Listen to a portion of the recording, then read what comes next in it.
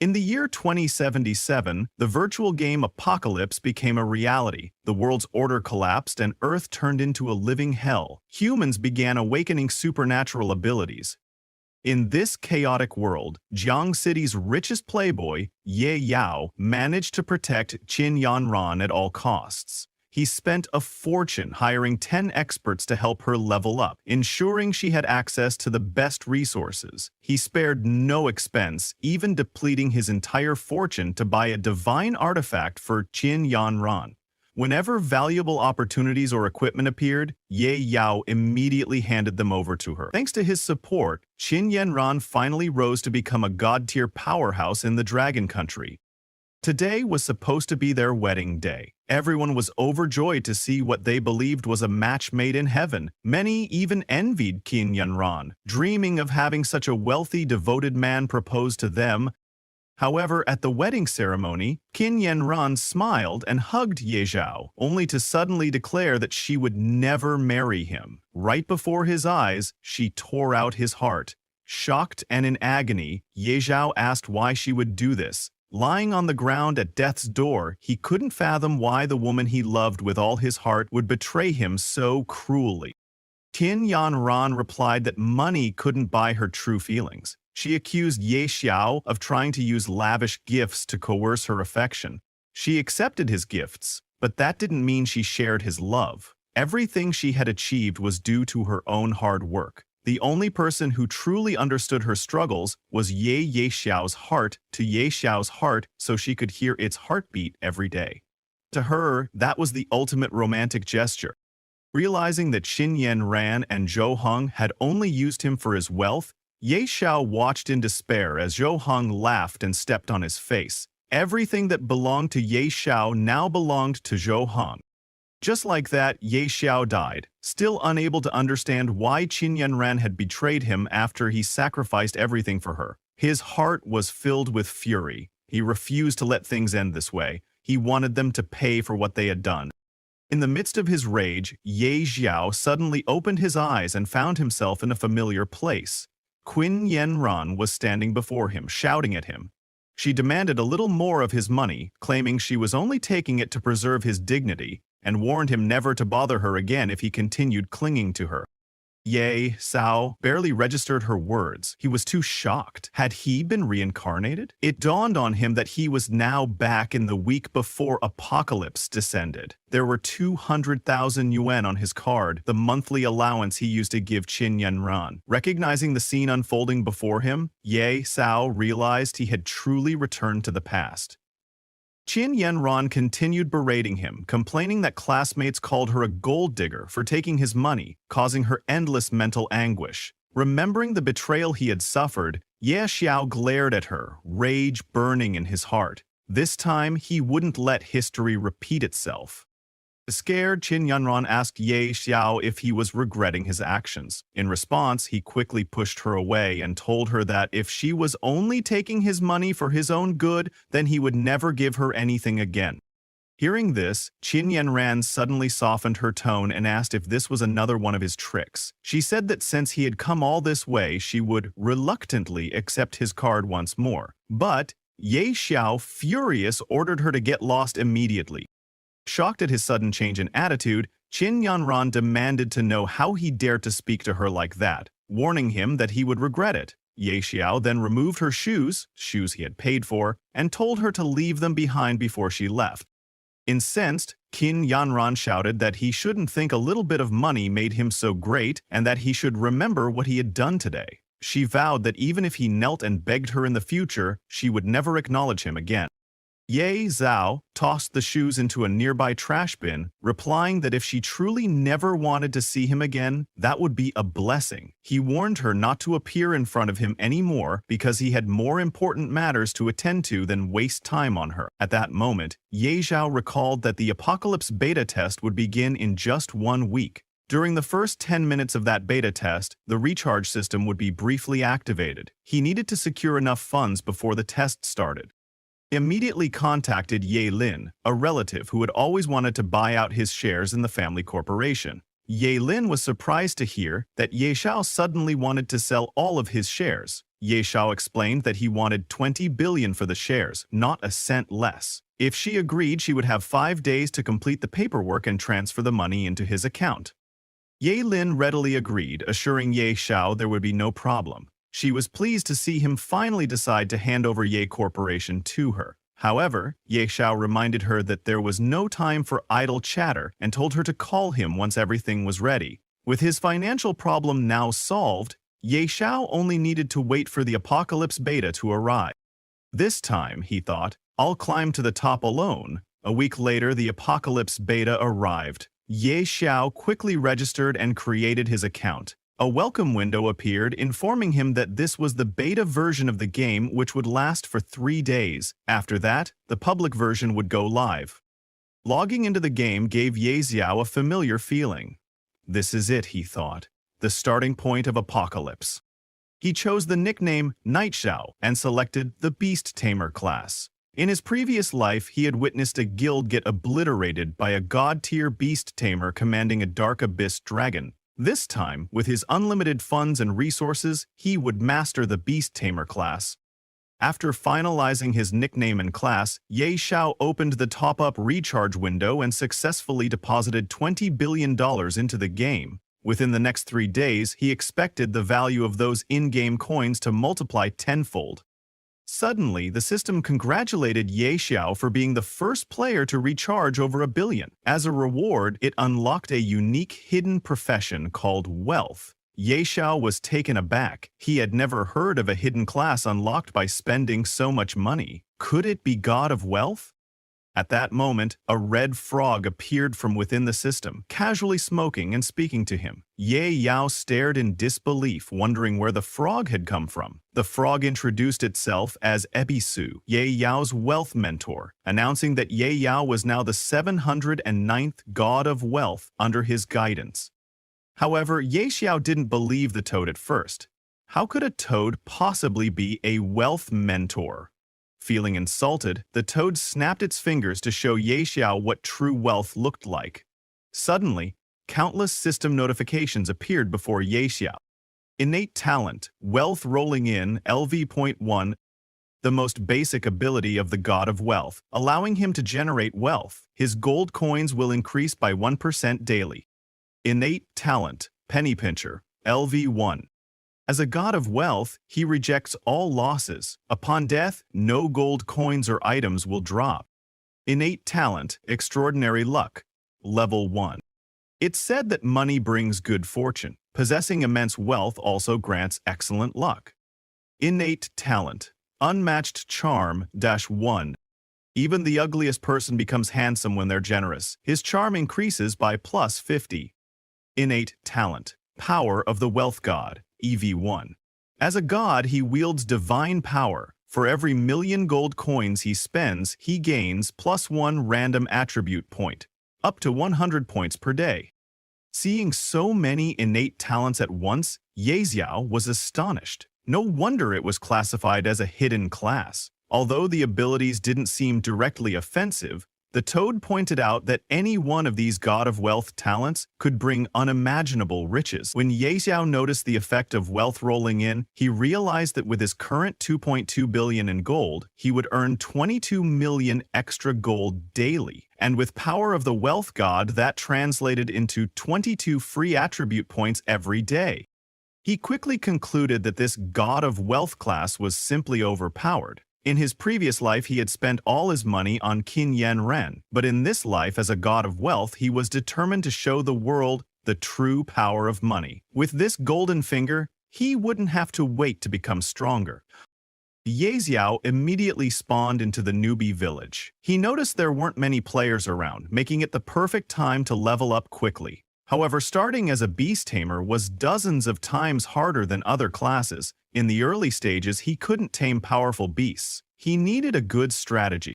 The toad chastised him for recklessly choosing beast tamer, reminding him he didn't even start with a proper weapon. But Ye Yao insisted that the toad just didn't understand the beast tamer class had the highest potential for growth if nurtured correctly. Just as he was checking his status window, he heard a commotion behind him. Turning around, he saw a group of level 5 goblin warriors rushing toward him. Since he had no weapon at all, Ye Xiao was at a complete disadvantage. The toad, panicking, told him to run for his life, and Ye Xiao, without hesitation, dashed the toad in tow. They ran all the way to the main city, narrowly avoiding defeat. Ye Xiao felt humiliated. He had never experienced such shame before.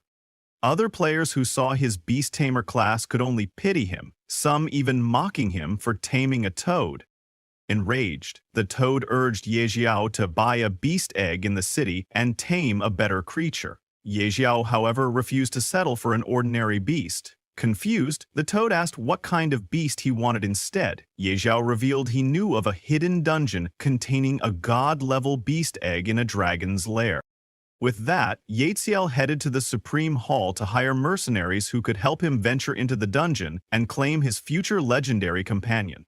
However, the toad was shocked to see Yaexiao heading into the Supreme Hall at level 1. Typically, only players above level 100 could hire guards in such a prestigious place. Ignoring the toad's warnings, Yaexiao entered anyway, only to be stopped by a level 80 Grand Archmage. The Archmage insisted that this was no place for a low-level player, and politely suggested Ye Xiao return once he was stronger and had a recommendation letter from the City Lord. Ye Xiao admitted he didn't have the letter, so the Archmage ordered him to leave, claiming the Supreme Hall was the Empire's pride and not meant for someone like him. At that point, Ye Xiao mentioned he had heard the Archmage had recently lost something and that he was here to return it. Suspicious, the Archmage declared he had lost nothing and warned Ye Xiao not to lie. In response, Ye Xiao tossed a handful of gold coins onto the ground and told the Archmage to look carefully. Those were the lost coins. A sudden glint appeared in the Archmage's eyes. He quickly collected the gold coins, and his attitude toward Ye Xiao changed dramatically. Showing new respect, he guided Ye Xiao to a VIP room in the War God Pavilion on the upper floors of the Supreme Hall. Ye Xiao couldn't help but smile at how quickly the Archmage's demeanor had shifted. He even teased the Archmage, saying he liked his earlier fierceness. In return, the Archmage assured Ye Xiao that he was now free to enter. The toad was amazed at how well money could open doors. Once inside, Ye Xiao observed rows of powerful Supreme Hall Honor Knight golems, some at level 80 and others at level 100. Even the toad had to admit the Supreme Hall lived up to its reputation. Anyone who hired a level 100 guardian could practically dominate the newbie village. Yet none of these standard golems appealed to Ye Xiao. He considered them beneath him.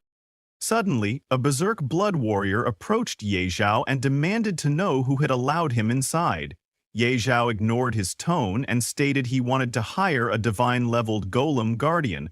The berserk blood warrior scoffed, explaining that divine-leveled golems were exceedingly rare and generally weren't available for hire. Besides, judging by Ye Xiao's current stats, even an 80-level guardian was already more than enough. He doubted Ye Xiao could afford a divine-level contract.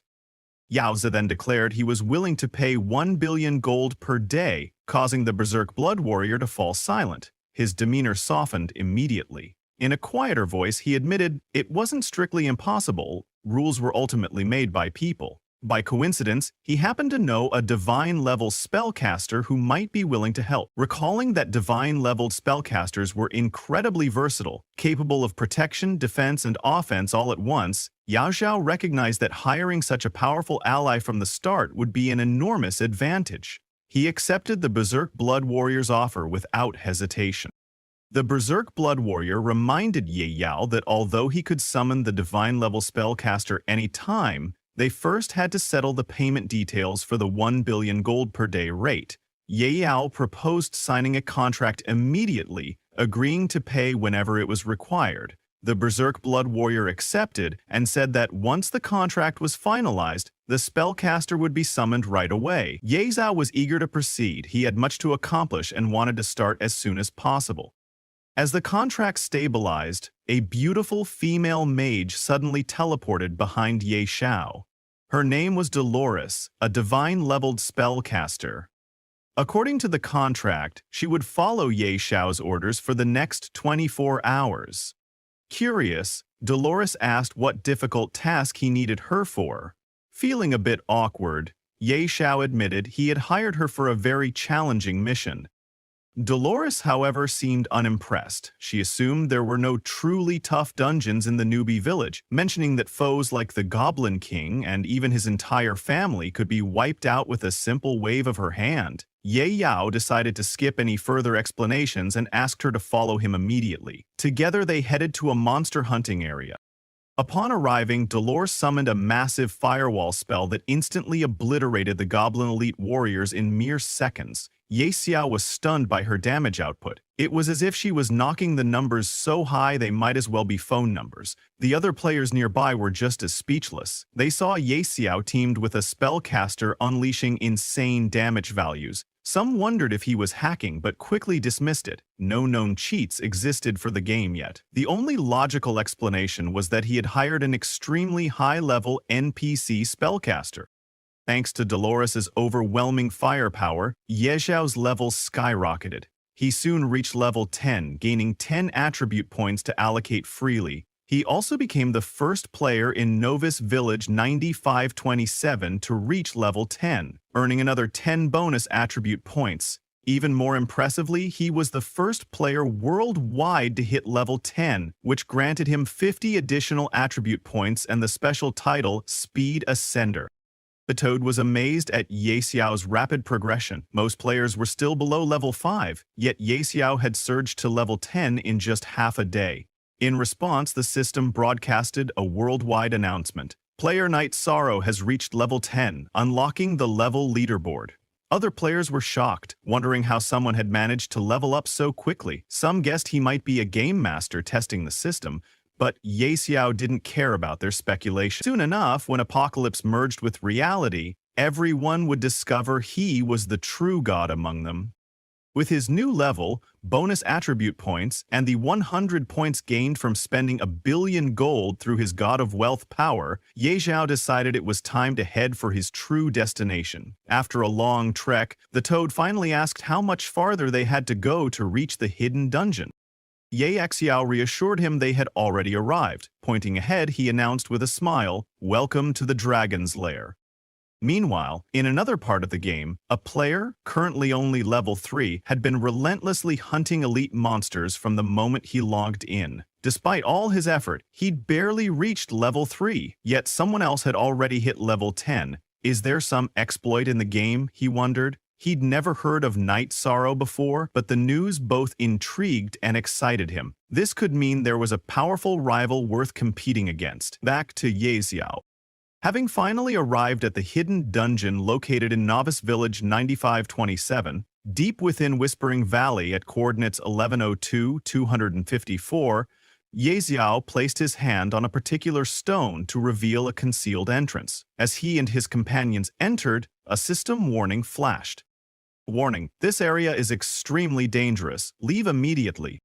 Dolores, the divine-level spellcaster Ye Xiao had hired, was astonished by the overpowering aura seeping from the hidden dungeon. She couldn't believe a dragon's lair existed within a newbie village. "How did you even find this place?" she asked, both curious and wary.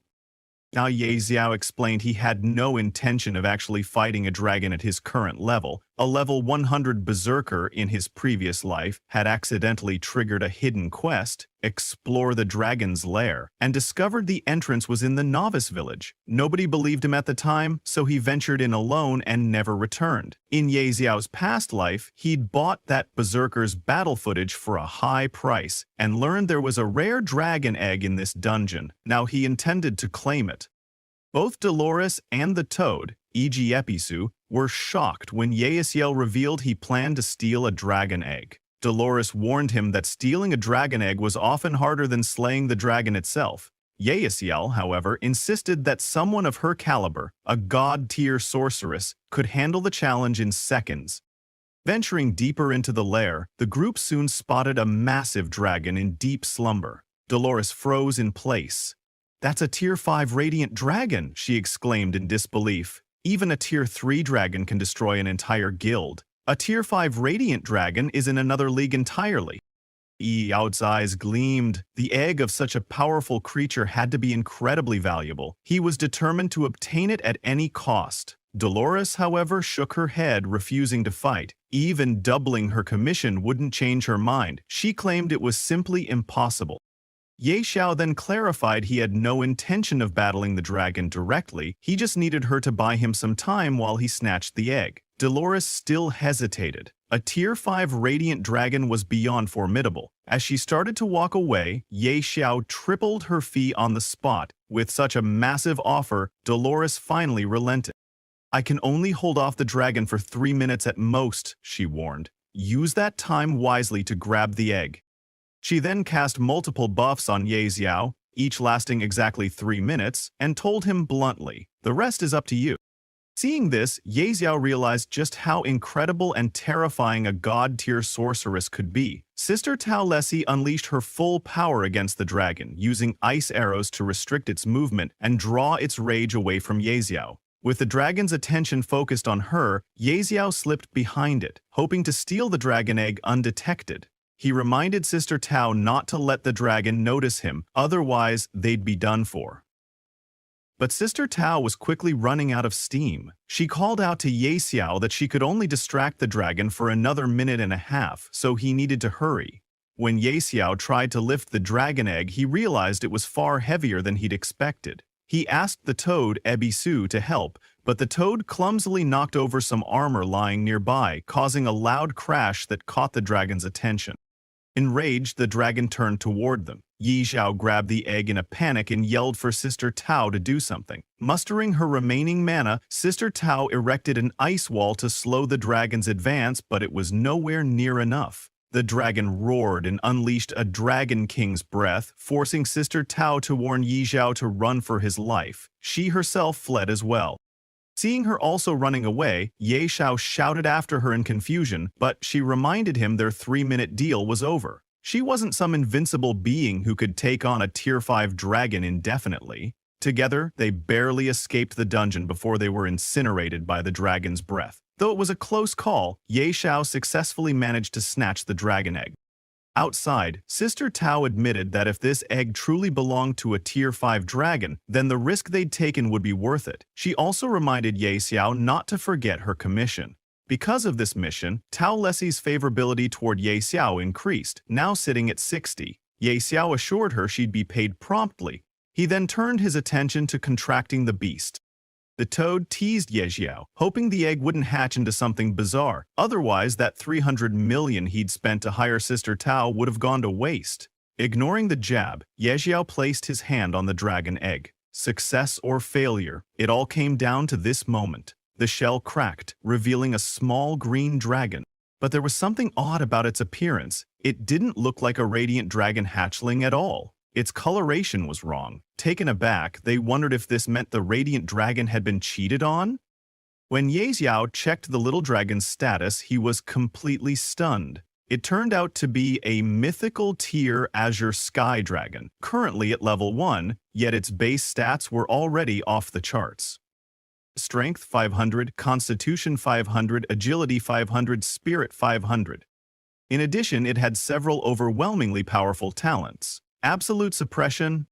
As a mythical tier beast, the Azure Sky Dragon naturally suppresses lower tier creatures, deals plus 30% damage to creatures below mythical tier, receives 30% damage from creatures below mythical tier.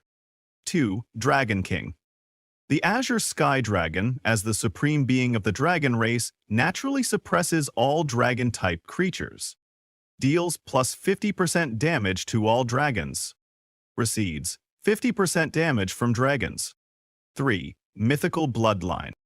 As a mythical tier beast, the Azure Sky Dragon has an incredibly resilient body. Gains increased stats upon leveling. HP regen, 200 per second / mana regen, 200 per second. HP plus 100%, mana plus 100%. It also possessed several devastating skills. 1. Earth-shaking Dragon Roar. A group stun skill. The Azure Sky Dragon unleashes a thunderous roar, shaking the very land. All creatures within a 20-meter radius are stunned for 1.5 seconds, regardless of tier or type. Cooldown 30 seconds. Mana cost 2,000. 2. Dragon King's Breath. A single target skill. The Azure Sky Dragon breathes scorching flames that deal 500% of its strength as true damage to a locked target. This attack cannot be dodged. 5 seconds. Mana cost 1,000. 3. Dragon King's Wrath, a unique talent skill.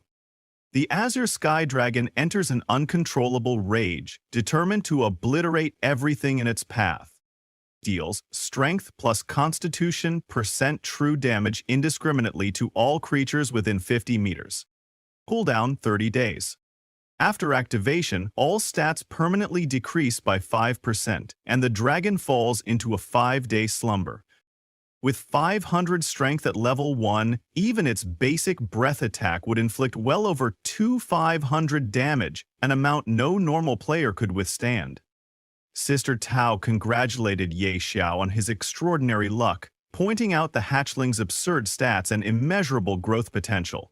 If this Azure Sky Dragon matured, its power would be terrifying. Overjoyed, Ye Xiao decided to name the hatchling Little Gray. The toy was equally delighted that this formidable beast was now unmistakably Ye Xiao's companion rather than his own. But suddenly, Ye Xiao noticed the toad holding something strange, a badge. Curious, Ye Xiao asked him where it came from. The toad explained he'd picked it up from the dragon's nest. Sister Tao recognized it and wondered if it might be the Calamity tier Mark of Ferocity, but upon checking, Ye Xiao discovered it wasn't a true Calamity tier item. Instead, it was simply called Mark of Ferocity, offering +10 to all stats. Unique passive Ferocity's Might. The bearer gains unparalleled strength. All skills can trigger critical hits. Base crit rate +20%. Crit damage +100%. It also had an active skill called Ferocious Massacre, which unleashed the mark's power to deal 1000% of the user's spirit as true damage to a target. This attack had double the normal crit chance, and if crit chance exceeded 100%, any overflow converted into additional crit damage. It also had a 5% chance to cause instant death. If the target's HP fell below 20%, the instant death effect was guaranteed. The skill's cooldown was 10 days. Judging by the badge's monstrous stats, Sister Tao told Ye Xiao it was likely a Calamity tier item. The toad, however, insisted Ye Xiao hand it over, complaining that he had risked his life to retrieve it from the dragon's lair. Ye Xiao countered that thanks to the toad's clumsiness, they'd nearly lost their lives, so it was only fair that he keep the badge as compensation. Still unwilling to concede, the toad demanded 10,000 coins per day if Ye Xiao wanted to hold on to the badge. Ye Xiao tried to sweet-talk him, saying they were buddies and money shouldn't matter between them. The toad snapped back that Ye Xiao only acted friendly when he wanted something. Otherwise, he treated the toad as nothing more than a toad. Ye Xiao simply laughed, saying that with this badge, cutting through goblins would be like slicing butter. But the moment he equipped the badge, he triggered a hidden quest. The Forbidden Adjudicator. Though mighty, the King of Ferocity was consumed by the abyss. Bearer of the Mark of Ferocity, seek the truth. Objective, find the Fang of Ferocity. Startled by the sudden hidden quest, Ye Xiao wondered what the Fang of Ferocity was. Sister Tao, who knew of it, explained that it was a god-tier assassin's dagger, forged from the fangs of an abyssal beast. Known for explosive power, the fang seemed linked to the Mark of Ferocity. However, she warned that reaching the Abyss continent would be a long journey. Before Ye Xiao could ask for more details, his daily gaming time ran out. He would be forcibly logged out in 3 minutes. Sister Tao opened a teleportation portal to return to the Supreme Hall, remarking that she hadn't expected a hidden dungeon in a starter village to take so long. She reminded Ye Xiao that if he ever needed help with another dangerous dungeon, he could hire her anytime. Ye Xiao said his goodbyes and logged out to rest. Since the Doomsday game was still in beta and hadn't fully merged with reality yet, no need to push his body too hard. The next day at Ye Xiao's home, Ye Xiao browsed the internet for news about Doomsday and found countless popular articles discussing the game's dominance in the gaming community. It topped discussion charts and players were complaining about the game's difficulty. Many spent entire days playing but only reached level 2, dying repeatedly and suffering stat resets. Some posts also mentioned Ye Xiao, the mysterious player who'd reached level 10 in just one day, while most couldn't even scrape together enough experience to level once. Many questioned if he was cheating or hacking. There were more serious reports as well. On Doomsday's first day, many players died in-game and experienced severe physical symptoms after logging out, with some even requiring hospitalization. Cases of organ failure among survivors were emerging. In response, several governments had issued warnings against playing the game. Because of so many reported deaths, multiple nations were now banning Doomsday. Seeing this news, Ye Xiao could only laugh. He knew that once the game merged with reality, those countries would regret it and everyone would suffer. While he was enjoying his morning, his phone suddenly rang. It was his girlfriend Qin Yanran calling from Northhua Hospital. She demanded Ye Xiao bring some food for Jiu Hong and pay his medical bills. If he did so, she would act as if nothing had ever happened between them. In response, Ye Xiao ended the call and blocked her number, unwilling to tolerate her demands any longer. Meanwhile, at the hospital, Zhou Hong asked Qin Yanran if she was sure Ye Xiao would come just because she called. Qin Yanran told him not to worry. She believed Ye Xiao loved her so deeply that he would show up the moment she summoned him, like a dog. They seemed pleased with themselves until a doctor appeared, telling them they would have to settle their bill and be discharged early.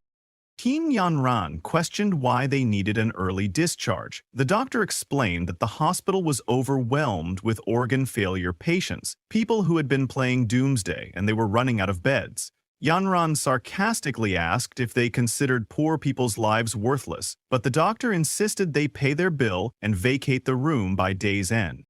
Zhu Hong stopped Yanran from arguing further. He said that the game clearly wasn't simple and he intended to get discharged so he could keep playing. First, however, he asked Yanran to cover the hospital fees, but she didn't have any money. She had refused Ye Xiao's monthly allowance. Zhu Hong then remembered that Ye Xiao used to give her 200,000 yuan every month for living expenses, but Yanran stated she wouldn't take any of Ye Xiao's filthy money, insisting she was not some object he could buy with lavish gifts. She felt sick just thinking about him.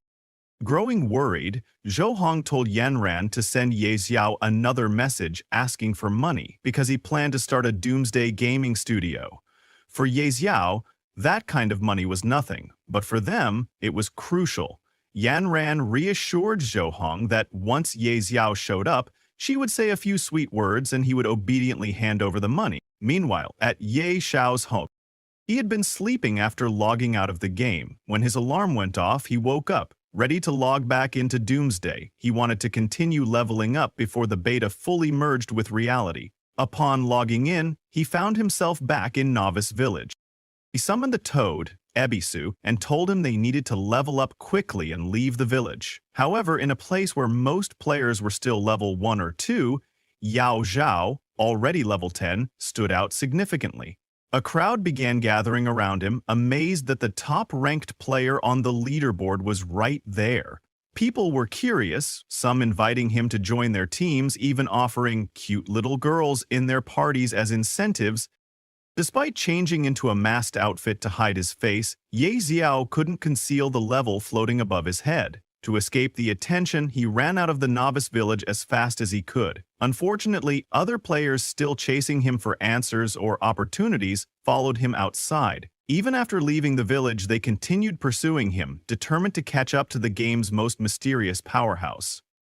To escape the pursuing crowd, Ye Xiao rushed into a level 10 trial zone, a treacherous area with monsters too powerful for the level 2 or 3 newbies who had been chasing him. Just as he'd hoped, they all stopped at the entrance, unwilling to risk their lives. With a sigh of relief, Ye Xiao noted that they weren't stupid. They knew better than to follow him any further. He continued onward until he saw a castle with a guard standing at the entrance. The guard told Ye Yao that this wasn't a place for someone of his level, but Ye Yao replied that he was there to begin his advancement trial. Surprised by Ye Yao's level 10 status, the guard asked if he had a team. Ye Yao declared that he was going in solo, causing the guard to scoff at his arrogance. Even on normal difficulty, attempting this trial alone was nearly suicide. Ye Xiao dismissed the guard's concern, boasting that he wouldn't die so easily. Shaking his head, the guard decided Ye Xiao was just another reckless kid. Standing on the magical circle that started the trial, Ye Xiao was presented with several difficulty options: normal, hard, nightmare, hell, and abyss. Without hesitation, he chose the highest setting, abyss, and confirmed he would enter alone. The guard watching was in disbelief. A mere level 10 player trying to tackle abyss difficulty by himself? Ye Xiao recalled that in his previous life he had tried this trial with full bronze gear and an elite team, yet they'd nearly been wiped out because he'd had to babysit Qin Yunran. This time, he was determined to get revenge and erase the shame of his past. Summoning Little Gray, his mythical grade Azure Sky Dragon, he felt confident he had nothing to fear. Suddenly, Ye Xiao heard movement behind him. It was a level 10 mutated snow wolf with 5,000 HP and 50 MP, along with imposing stats: Strength 300, Constitution 500, Agility 300, and Spirit 500. As an abyss creature, once it locked onto a target, it was like facing death itself. Even Ye Xiao felt a twinge of fear. 500 HP was immense for a level 10 monster. He quickly commanded Little Gray to attack. The dragon unleashed Dragon King's Breath, dealing a massive 2,500 damage. Little Gray followed up with physical claw attacks that did another 500-600 damage. The Snow Wolf's HP plummeted, sending it into a berserk state. Before it could strike back, Little Gray used earth-shaking Dragon Roar, stunning the wolf and leaving it helpless. Then another Dragon King's Breath finished the job. Upon defeating the wolf, Little Gray leveled up 4 times in a row. Ye Xiao was thrilled to see such rapid progression, plus 4 levels in an instant. Checking Little Gray's updated stats, he found that the dragon gained plus 50 to each stat per level, confirming that mythical grade beasts grew at a terrifying rate. It even unlocked a new, incredibly powerful skill. The Snow Wolf also dropped some impressive loot: a Blood Wolf Fang dagger, dark gold grade, and a Snow Wolf bow, dark gold grade. Xiao marveled at the quality. Mutated bosses in Abyss difficulty seemed to drop vastly superior items compared to his past life. While he was inspecting his new gear, another demonized monster suddenly appeared behind him. Its stats were just as insane. Without hesitation, he ordered Little Gray to engage, and their battle raged on for another half hour. After half an hour, he finally defeated the Dark Abyss Tiger. Yet after such a fierce battle, he was so exhausted it felt as if his legs would fall off. Still, defeating the Dark Abyss Tiger yielded several dark gold grade items, including a pitch-black sword, one-handed, and a spiked tiger shield, one-handed. Toda also picked up several pieces of gear. With this equipment, once he returned to the city, he could earn a decent amount of gold. However, Ye Xiao told him that he wasn't heading back. Instead, he wanted to challenge the trial boss and take it down. Toda was shocked. He asked Ye Xiao if he was joking. Even though they had killed so many monsters, Ye Xiao was still only level 7. How could he possibly handle the boss alone at that level? Ye Xiao told Toda not to worry. In his previous life's Abyss trial, the final boss was only Lord level, with Little Gray, who could easily take down 2 demonic monsters, and with everyone's help, defeating a Lord level boss would be as simple as slicing vegetables. He promised Toda he would show him what it meant to be a pro. Toda, however, was skeptical. They soon reached the deepest part of the abyss. The system immediately warned them that they had entered an extremely dangerous area and advised them to flee. Nevertheless, Ye Xiao was determined to see this through. In his past life, he had been a man of honor, trapped by love and emotions, only to be betrayed in return. But in this life, he was the Abyss Envoy, wielding the strongest power of the apocalypse, and he refused to leave before fully embracing the abyss. Advancing further, they came upon a fearsome monster seated on a throne. It was the Abyss Wanderer King, boasting overwhelming stats. Many of its attributes, like health, talents, and skills, were unknown, likely because Ye Xiao's level was too low to see them. Everyone was stunned. They had expected a Lord-level enemy, but instead found themselves facing a King-level boss. Ye Xiao was just as astonished. In his past life, the boss had clearly been Lord-level. Why was it king level now? With 5,000 spirit points, it was purely magic-based, possessing 0 strength and agility. Its normal attack damage was negligible and its attack speed was extremely slow. But if any of its spells struck Ye Xiao, he would be done for. Knowing a king-level boss was no joke, Ye Xiao ordered Little Gray to follow his commands precisely. Since the boss was slow, he instructed Little Gray to keep moving and attacking, never to engage in a prolonged fight. Little Gray obliged by constantly repositioning and striking, giving the king-level monster no chance to counterattack or activate its abilities. Ye Xiao was thrilled. If everything went according to plan, they would soon bring it down. But suddenly, Ye Xiao noticed the monster was just staring at him, not moving. He realized something was amiss, and he was right. The monster had been preparing a powerful magic spell aimed directly at him. Toda cried out for Ye Xiao to dodge. He barely managed to evade the spell, but the boss continued focusing all its attacks on him.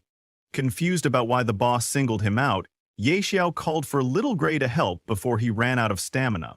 Little Gray rushed in, unleashing a Dragon King's breath that sent the boss crashing into a distant wall. If the boss didn't die soon, Yao would collapse from constant movement. Irritated and frightened, Toda shouted that if Yao ever dragged him to such a dangerous place again, he would refuse to come. At that moment, multiple system notifications appeared before Ye Xiao.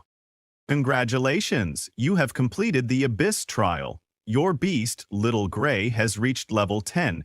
You are also the first adventurer to clear this trial, and your reward is +5 to all attributes.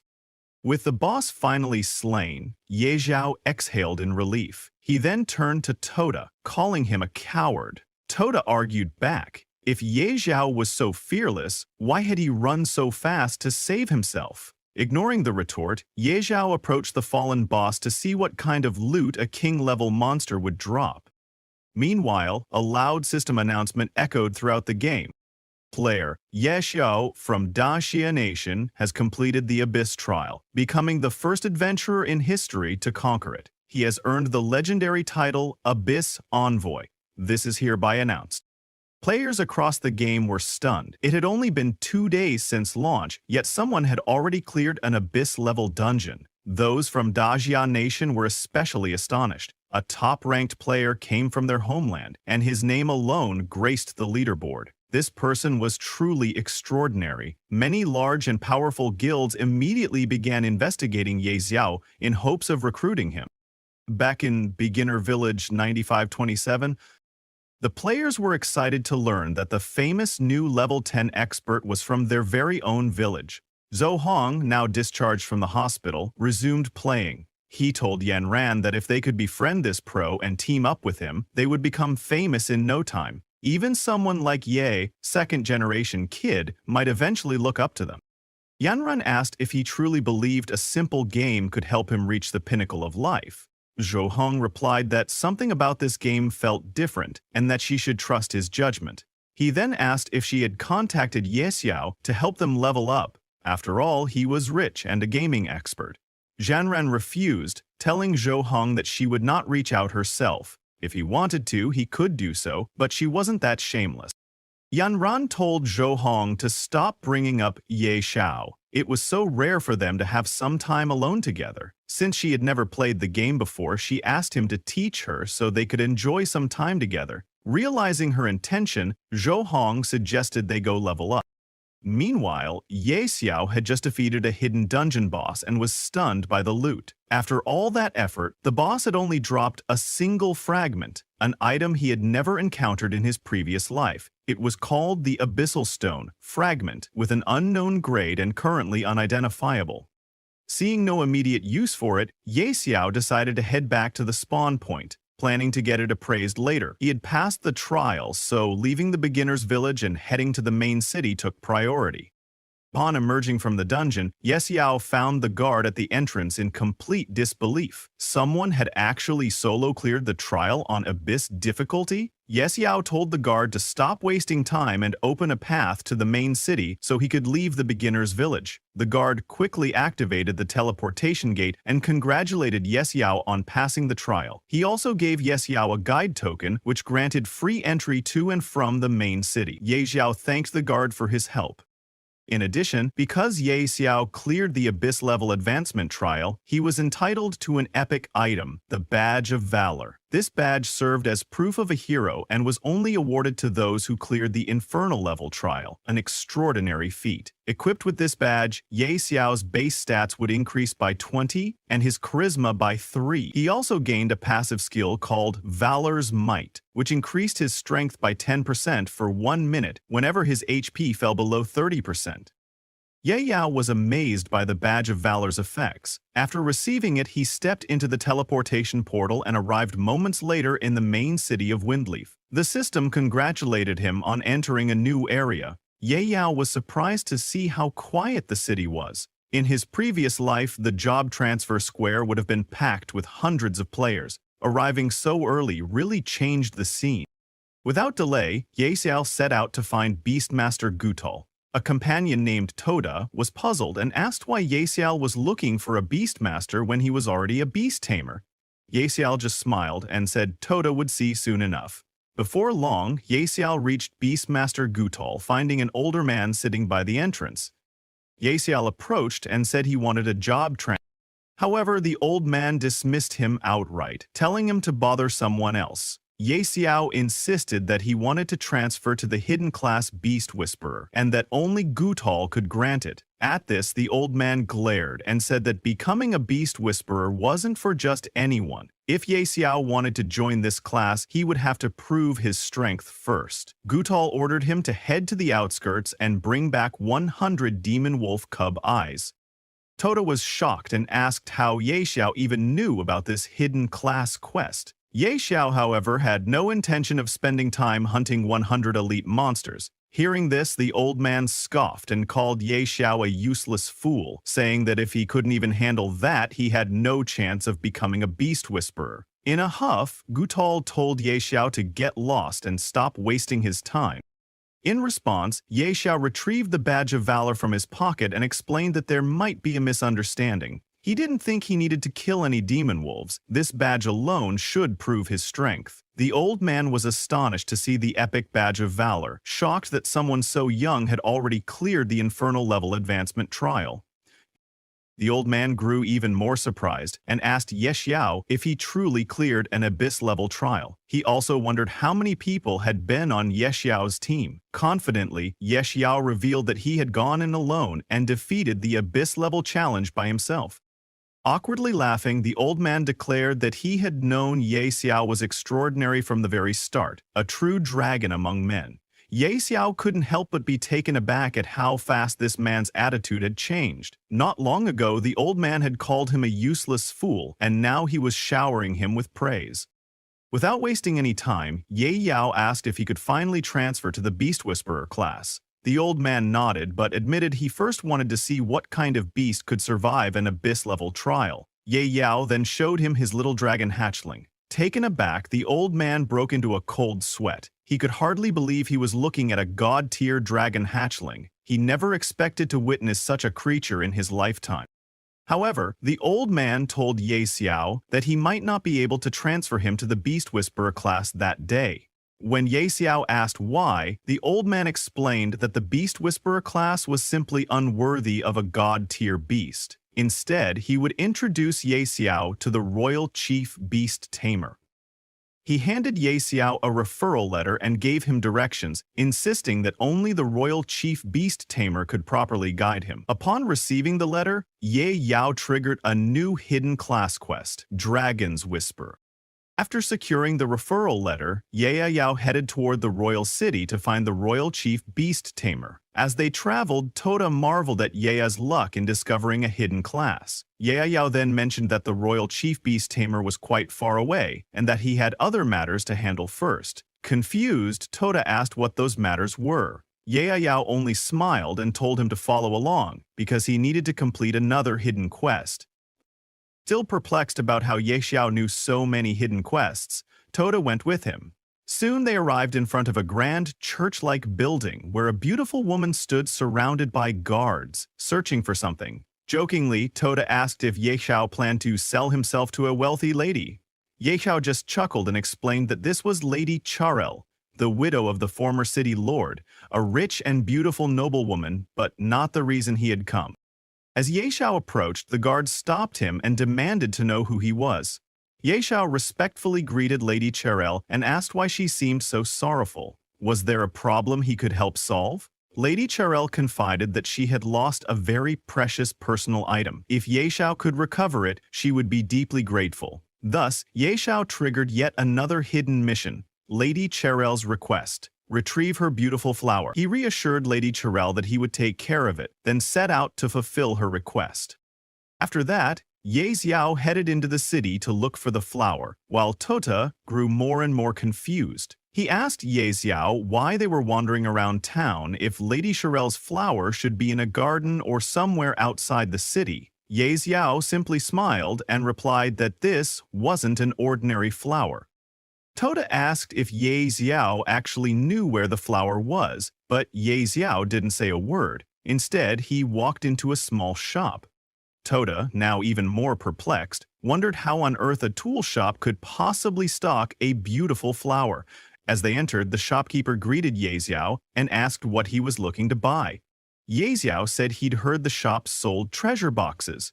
The shopkeeper proudly explained that these boxes could contain anything from prehistoric dragon bones to legendary-grade staffs. Then he asked Ye Xiao what price range he wanted. Ye Xiao laughed and asked for the most expensive boxes. The shopkeeper brought out their highest-grade treasure boxes, each costing 10,000 gold coins. To the shopkeeper's shock, Ye Xiao wanted them all. He insisted on buying every single one, then opening them on the spot. Unable to believe his ears, the shopkeeper confirmed Ye Xiao's request and began retrieving all the boxes.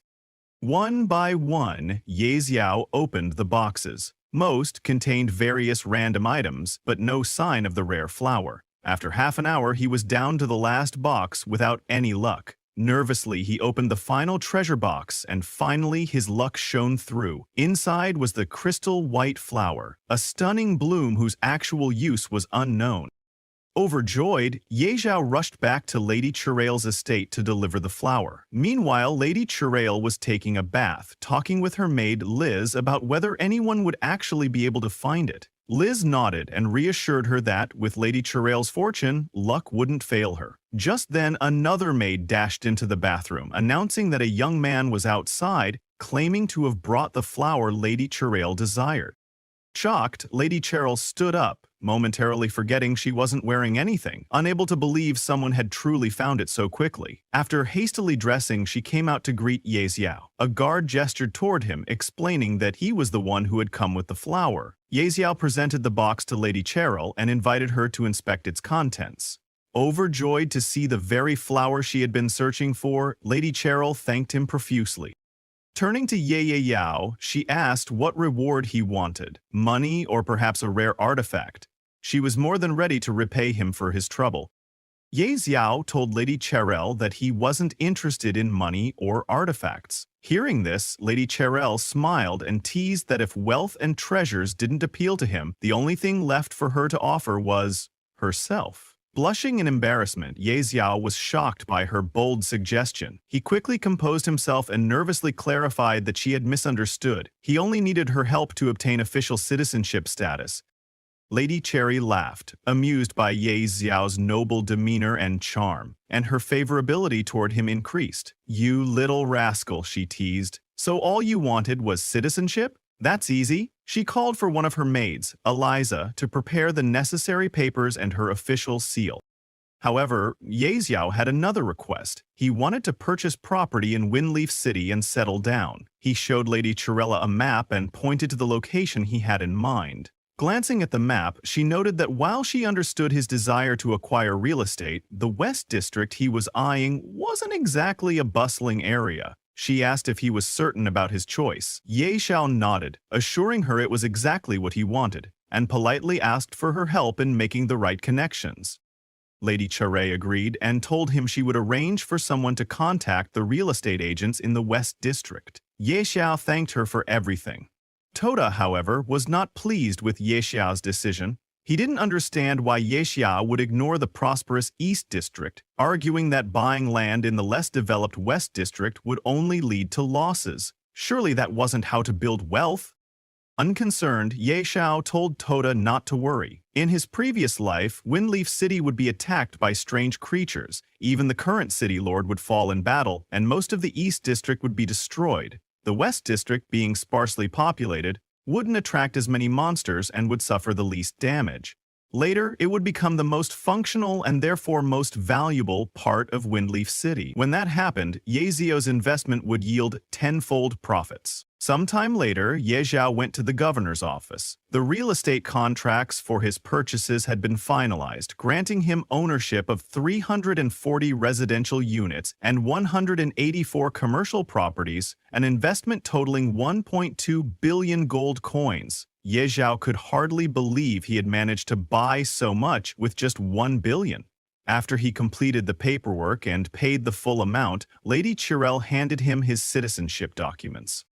Ye Yao was ecstatic. He couldn't believe he had already become a citizen of Windleaf City. However, Lady Chirel corrected him, explaining that he was not simply a citizen of Windleaf City, but a first-class citizen of the Dragon Phoenix Empire. Ye Yao was stunned. He could hardly believe he'd become a citizen of the entire empire, and a first-class one at that. Toda, who was standing nearby, was equally astonished. Even many powerful warlords didn't hold first-class citizenship in the Dragon Phoenix Empire, so he remarked that Ye Xiao had really hit the jackpot. Looking at Lady Chirel, Ye Xiao asked if she was of royal descent. She smiled and teased him, saying, "What? I can't be royalty?" From Ye Xiao's perspective, her noble and regal bearing now made perfect sense. Curious, he inquired whether she knew the royal beast tamer. To his surprise, Lady Chirel revealed that the royal beast tamer was actually her uncle. When she asked why Ye Zhao was looking for him, Ye Zhao softly admitted he wanted to learn more about the beast tamer profession and related missions. Lady Chirel blushed at his earnestness and explained that her uncle, Stir, was in the imperial capital, though he was eccentric and unpredictable. She promised to try contacting him on Ye Zhao's behalf.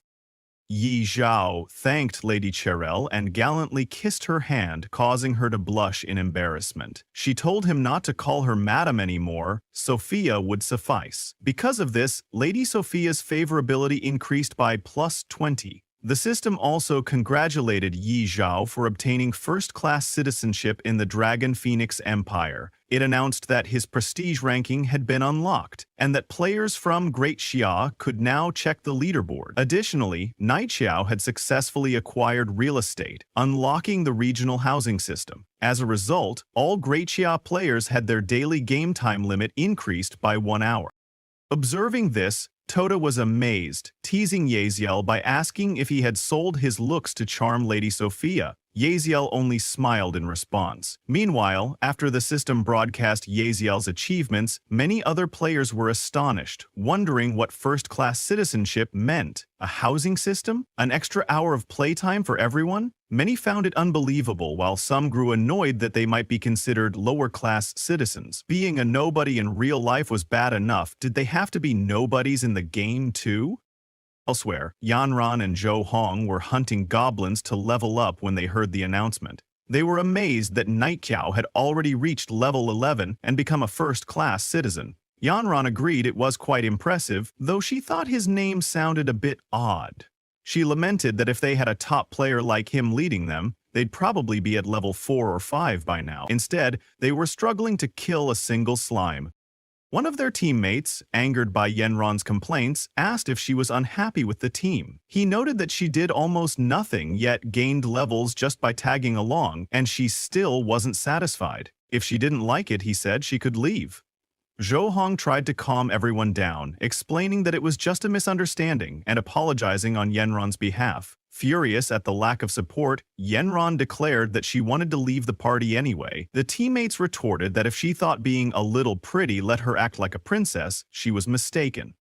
Zhou Hong grew upset and asked Yanran how they were supposed to level up now that it was just the two of them. She snapped back that he had promised to help her level up, but when the others insulted her, he didn't defend her. "Do you even care about me?" she demanded.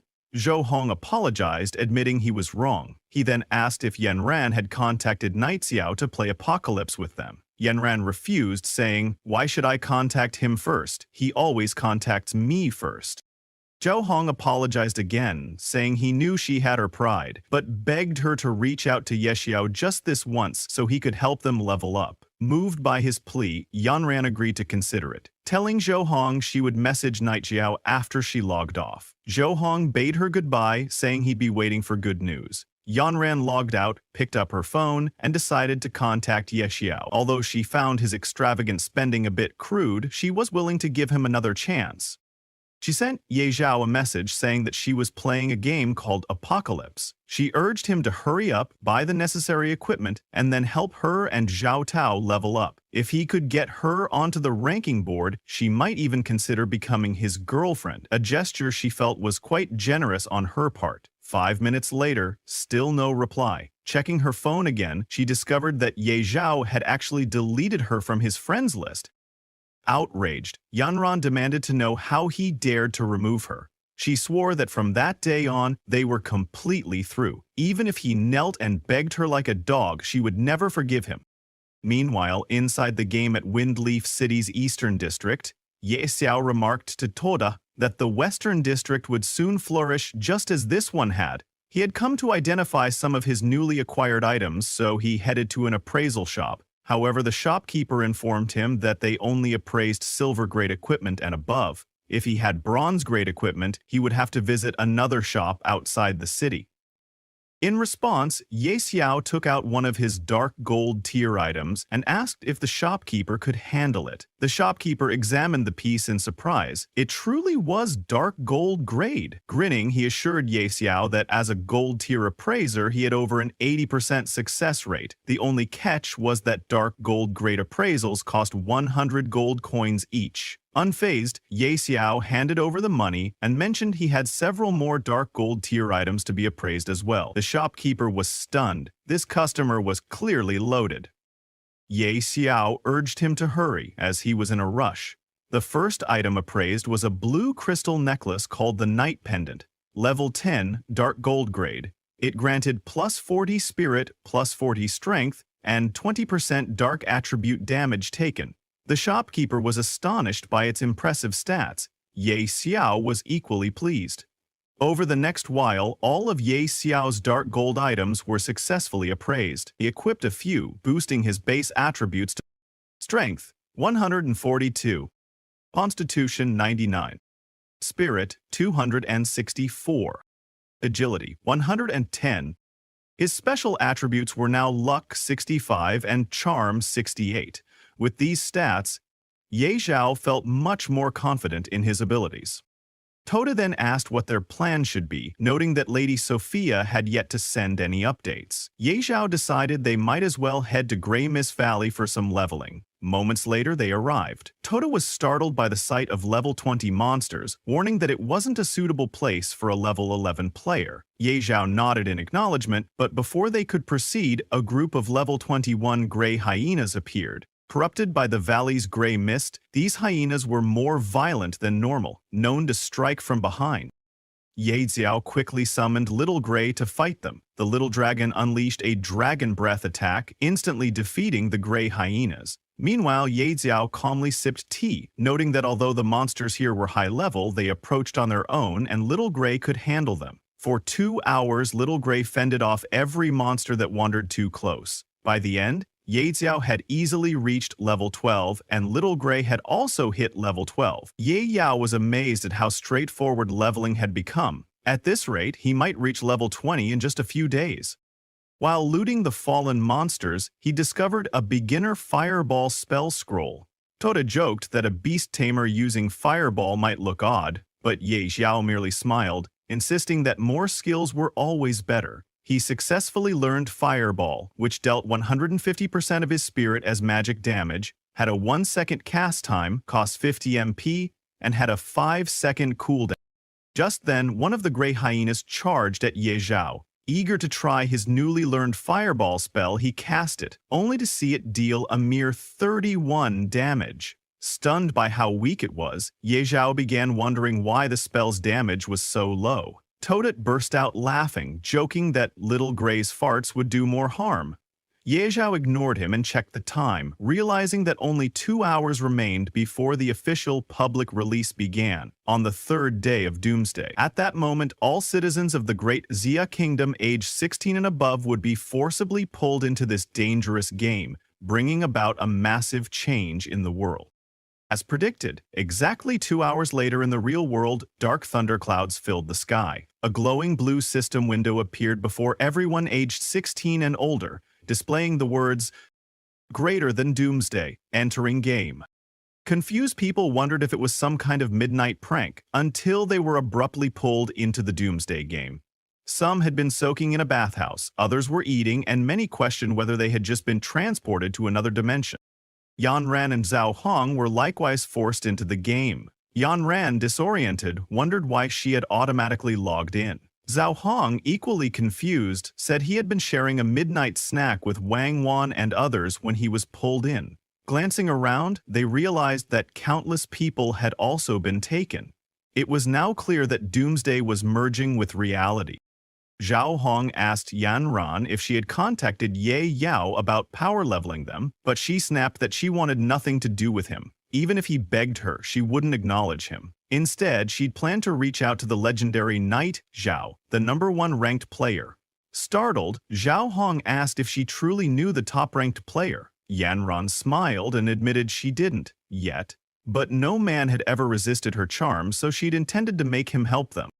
Just then, a system-wide announcement echoed throughout the game, informing everyone that all citizens of the Great Xia Kingdom aged 16 and above had been forcibly logged into Doomsday. The logout function had vanished, making voluntary departure impossible. Furthermore, each player's spawn point corresponded to their real-world location. Those who lived closer together found themselves near each other in-game. More ominously, if a player died in the game, they would not return to the real world. At this revelation, the new arrivals realized that something was gravely amiss. Many recalled that Knight Xiao had raced through the beta, leveling up with shocking speed. Some speculated he might be a game master, believing that if anyone knew how to escape, it would be him. Determined, they vowed to find him at all costs.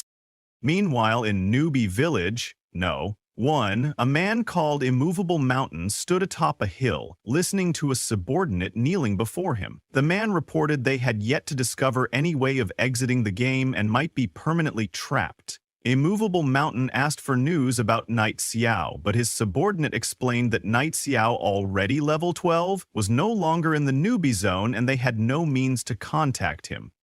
Inquiring next about Shen Kuang, or Kuang Blade, Immovable Mountain was surprised to hear he was only level 4. The subordinate said that despite grinding ceaselessly, Doomsday's difficulty prevented most from progressing. Many people were stuck at level 2. Immovable Mountain marveled at how extraordinary Knight Xiao must be, then ordered his men to spread the word. They had to locate this top player. Around that time, Ye Xiao received a message from Lady Sophia summoning him to the Duke's mansion with news about what he had been investigating. Thrilled that details about the royal beast tamer had come so quickly, Ye Xiao set off for the mansion without delay. As Ye Xiao entered the mansion, he was momentarily stunned by Lady Sophia's revealing outfit.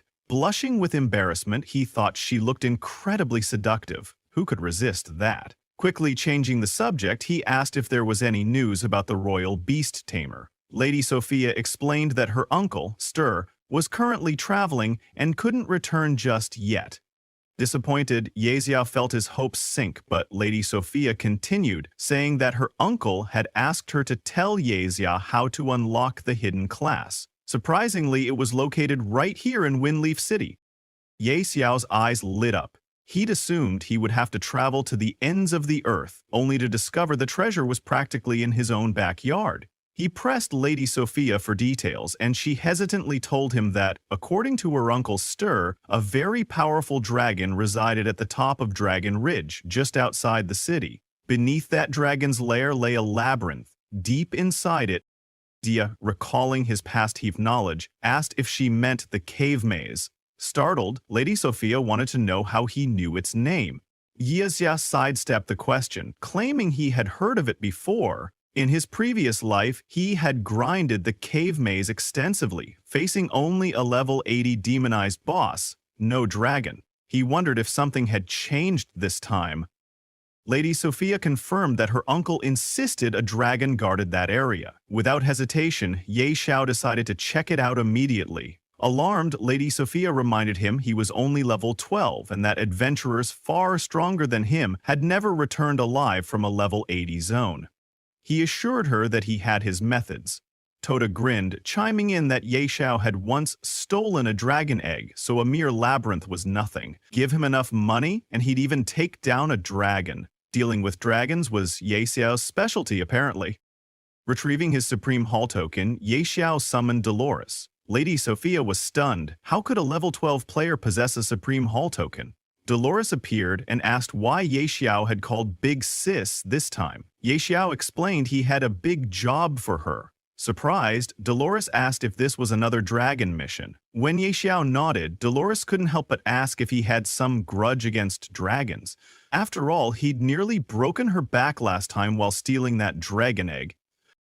Dolores initially refused, telling him to hire someone else. Ye Xiao then offered her the same payment as before, 2 billion gold coins. Though tempted, Dolores still declined, explaining that she was injured and needed recovery time. She could accompany him in a month, once healed. In response, Ye Xiao mentioned knowing the location of the Holy Spirit Spring, which could speed her recovery. Shocked, Dolores demanded to know if he was serious. If he truly knew where it was, she would go with him even if it killed her. Ye Xiao confirmed it was in the Lost Lands, and they struck a deal. Watching from a distance, Lady Sophia thought Ye Xiao was beyond anything she could have imagined. She couldn't help but anticipate his future growth, perhaps even to the level of a god-tier powerhouse. Meanwhile, outside the beginner village, many players gathered around a man named Wang Qian, who had just been slashed twice by a goblin. After respawning, his organs began failing. Panic spread as people realized the game could truly kill them. Everyone wanted to go home, but nobody knew how to log out. Suddenly, someone mentioned hearing about a player who had already reached level 12. Maybe they should find him and ask for help. On the other side of the world, Ye Xiao and his group reached Dragon Ridge, where the Holy Spirit Spring was rumored to be. Tota, admiring the area's beauty, remarked that it hardly seemed like a dragon's hiding place. Dolores cautioned him that the more peaceful a place looked, the deadlier the danger lurking there. Ye Xiao agreed, pointing out that the monsters here were level 80. Without Dolores' level suppression buff, they would already be surrounded. Since they were heading for the labyrinth, it was best to avoid unnecessary battles. Suddenly, they noticed a huge dragon city perched atop the mountain. Dolores nervously asked if Ye Xiao really knew where the labyrinth entrance was, noting that the dragon above was tier 5. She did not want to be spotted. Ye Xiao told her to relax, insisting that the dragon wouldn't see them. He led them to a steep slope on the mountainside, where a massive stone gate stood adorned with a mysterious magic pattern. Examining the magical array, Dolores remarked on its sophistication. She saw no lingering magic residue and doubted she could open it. Ye Xiao reassured her, drew a knife, cut his hand, and let a few drops of blood fall onto the teleportation array. Startled, Dolores asked how he knew how to activate it. Ye Xiao only smiled in response. He told Dolores that he had his own ways and asked her to just follow him. Dolores couldn't believe how mysterious he was and wondered just how many secrets he was hiding. But when Ye Xiao entered the cave, the system warned him that the area they were entering was an extremely dangerous zone called the Dark Cavern Maze. This maze had only one exit, and if they didn't find it within the time limit, they would be trapped forever. However, that wasn't the only thing to worry about. The maze was also occupied by dangerous creatures, and they had only 180 minutes to complete it. Hearing this, Ye Xiao was confused. He couldn't believe it was now classified as an eerie zone with only 3 hours to escape.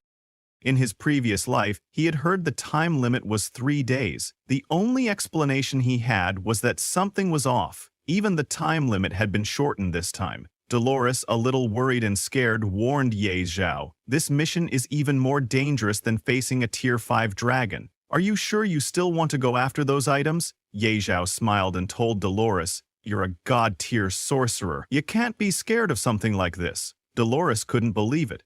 This brat actually thinks I'm scared? She laughed and said, don't be ridiculous. I'm a god-tier powerhouse, a Supreme Hall Elder and a top sorcerer. I'm not afraid of some mere eerie maze. Ye Zhao smiled and said, that's what I wanted to hear. Then he asked Dolores, do you know concealment magic?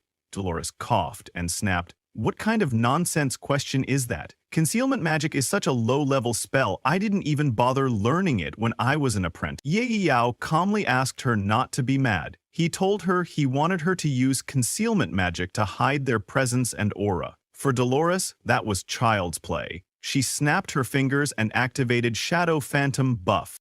With that, they merged with the darkness and became invisible for a while. Ye Zhao was amazed to see such an incredible effect, exactly what he expected from a god-tier sorcerer. He then told Dolores, there are 5 eerie monsters in this maze. 3 of them are level 60 crawlers, 1 is a level 60 elite boss, and the last is a level 80 regular eerie monster. We need to be careful. Dolores, surprised and curious, asked him, how do you know that? This is the first time anyone's entered and discovered this dungeon. Ye Zhao smiled. Of course, he couldn't tell her that he had cleared this maze 800 times in his past life. Of course, he knew a few things. Dolores, now even more surprised, asked Ye Zhao, how many secrets are you hiding? Ye Zhao smiled and simply said, nothing. Just then, 3 monsters appeared in front of them, guarding the gate. Ye Xiao told Dolores that they needed to sneak past without drawing attention. He asked her to follow him closely and watch his footwork. Dolores scoffed and replied, don't teach me. I'm a higher level than you and I've cleared more mazes in my lifetime than you've walked roads. Ye Xiao didn't listen and just told her to follow exactly where he walked. Ye Xiao skillfully avoided the traps and walked right past the monsters. Dolores was stunned. She couldn't believe he had just passed a level 60 elite and it didn't even notice him. She took back what she had said earlier and acknowledged Ye Zhao as her master. She then used the same tactics and successfully dodged all the traps, passing by the monsters without being noticed. Then, Ye Zhao reminded her, telling Dolores to get ready for combat. They were reaching their destination. However, to Ye Zhao's surprise, the boss monster guarding the chest this time was different from what he remembered in his past life. It was the Maze Guardian Yin Spirit Beast. Ye Zhao asked Dolores to check the monster's level. It was a level 100 Berserk Eerie, pretty average in strength. Then Ye Zhao told her that he would go open the treasure chest and asked her to get ready to strike. But before he could go, Dolores placed an absolute defense buff on him. Better safe than sorry. Ye Zhao turned to Tota and warned, don't move recklessly like last time or you'll alert the Yin Spirit Beast. Tota replied, don't worry about me, you should worry about yourself. Ye Zhao sneaked behind the monster and opened the loot chest. According to his memories from his previous life, there should have been a hidden class scroll inside. However, when he opened the chest, he was shocked. The treasure inside was different from what it had been in his past life. As he was trying to make sense of it, the boss monster noticed him and tried to attack. But Dolores reacted just in time and used Frost Shock to stop the monster. She shouted to Ye Xiao, hurry up, I'm barely holding him back. Ye Xiao ran, but the monster quickly broke free from the Frost Shock and began chasing after him. Panicked, Ye Xiao called out to Dolores for help. Dolores quickly stepped in front of him and activated a 5-point magic formation, restricting the monster's movement. Meanwhile, Ye Xiao checked the loot he had gotten from the chest. To his surprise, the scroll was made of sheepskin, and more importantly, he had received a diamond-like item, a heaven-rank treasure. It had an active skill cooldown power, cooldown stone. Effect resets the cooldown of any skill or item regardless of its rank. Cooldown 3 days. Ye Zhao was amazed. With this item, he could reset any of his skills' cooldowns instantly. Then Dolores asked Ye Zhao, what do we do about the boss? Should we fight it or run? Of course we're going to fight it. Ye Zhao replied, go all out and unleash your full power. Dolores released her full strength and landed a devastating thunder strike on the monster. The monster roared in pain. Ye Xiao, confused, asked, why is the boss screaming like that? Tota shouted, it's not going berserk, it's summoning something. To their horror, the monster wasn't going berserk. It was summoning the dragon they had seen before entering the dungeon. The dragon broke through the dungeon roof and unleashed a fiery breath, burning everything in its path. "Run for your life!" Dolores yelled. "There's no way we can beat that thing." But she was exasperated. Why does it always come down to running for our lives, and how the hell can a yin beast summon a dragon? Ye Xiao shrugged. Maybe they're just neighbors who protect each other's territory. Tota scoffed and shouted, "Shut up and run! The monster's catching up and it's targeting you, Ye Xiao! It's gone berserk and is immune to slow effects. Run!" But Ye Xiao suddenly stopped. "There's no way I can outrun it," he said. "If it's going all out, then I have no choice. I need to take it down first." Dolores warned him, "That thing is level 100. You're only level 12. You can't take it down." Ye Xiao knew that, but with his cooldown stone and Brutal chapter, this was the perfect chance to test his firepower. Dolores couldn't believe it. "You're seriously gambling with your life here." Ye Xiao used the cooldown stone, removed the cooldown on Brutal chapter, and launched the attack on the monster. But to his dismay, it only dealt 242 damage. He stared at the number in disbelief. "That's it? That's all the damage I did?" But then, to his surprise, the damage number started rising. The tiny hole he had made in the monster's chest expanded rapidly, and within moments the monster's body exploded. The yin beast was killed instantly. Stunned and confused, Ye Xiao wondered what had just happened. The system informed him. Target's HP has fallen below 20%. Forced instant death effect triggered. After successfully killing the level 100 strange demonized boss, the Yin Beast, Ye Xiao leveled up 8 times, reaching level 20. His beast companion, Little Gray, also reached level 20. With this, Ye Xiao had hit the level cap and could no longer level up for now. Ye Xiao was in disbelief. "I really reached level 20 instantly?" Dolores was equally shocked. She couldn't believe that a level 12 rookie had just taken down a level 100 demonized boss by himself. Because of this achievement, the system issued a worldwide announcement telling everyone that Daxia player Ye Xiao has successfully killed the level 100 strange demonized boss Yin Beast, achieving the first kill on a level 100 demonized boss, 500 reputation, 50 attribute points, and 1 Daxia Warzone points. This is an official announcement. The world went into chaos. People couldn't believe it, asking, "What kind of bullshit is this? The game just launched, so how can someone kill a level 100 boss already? That's not even humanly possible. This game is bugged, or maybe Ye Xiao isn't even human. There's definitely something fishy here." Some were so shocked they kneeled before Ye Xiao, calling him daddy and acknowledging him as their godfather. But others remained skeptical. How can a level 12 rookie kill a level 100 boss? He must be hacking, huh? Even an old man in the crowd couldn't believe it. Daxia, the country we thought we had completely surpassed, produced a player like this, he wondered? Could the hidden force behind Doomsday be related to this Yi Zhao? Meanwhile, after defeating the boss, the cave began to collapse. Dolores shouted, "We need to get out of here, now." But Ye Xiao replied, "Wait, I haven't grabbed the loot yet." Dolores quickly opened a portal and yelled, "Forget the loot! If you don't leave now, you won't make it out alive." Ye Xiao agreed. Obviously, life comes first. After narrowly escaping death, Dolores remarked, "I haven't done something this exciting in a long time." Ye Xiao laughed and thanked her. "If you didn't have that portal, we'd be toast." Just when they thought they were safe, the Skyfire Dragon, the same one that attacked them in the dungeon, suddenly descended and looked right at them. It unleashed its fire breath attack, forcing Ye Xiao and Dolores to run for their lives once again. "If I die," Dolores shouted, "just make sure to send me the coordinates of the Holy Spirit Spring and my payment." Luckily, they managed to escape successfully.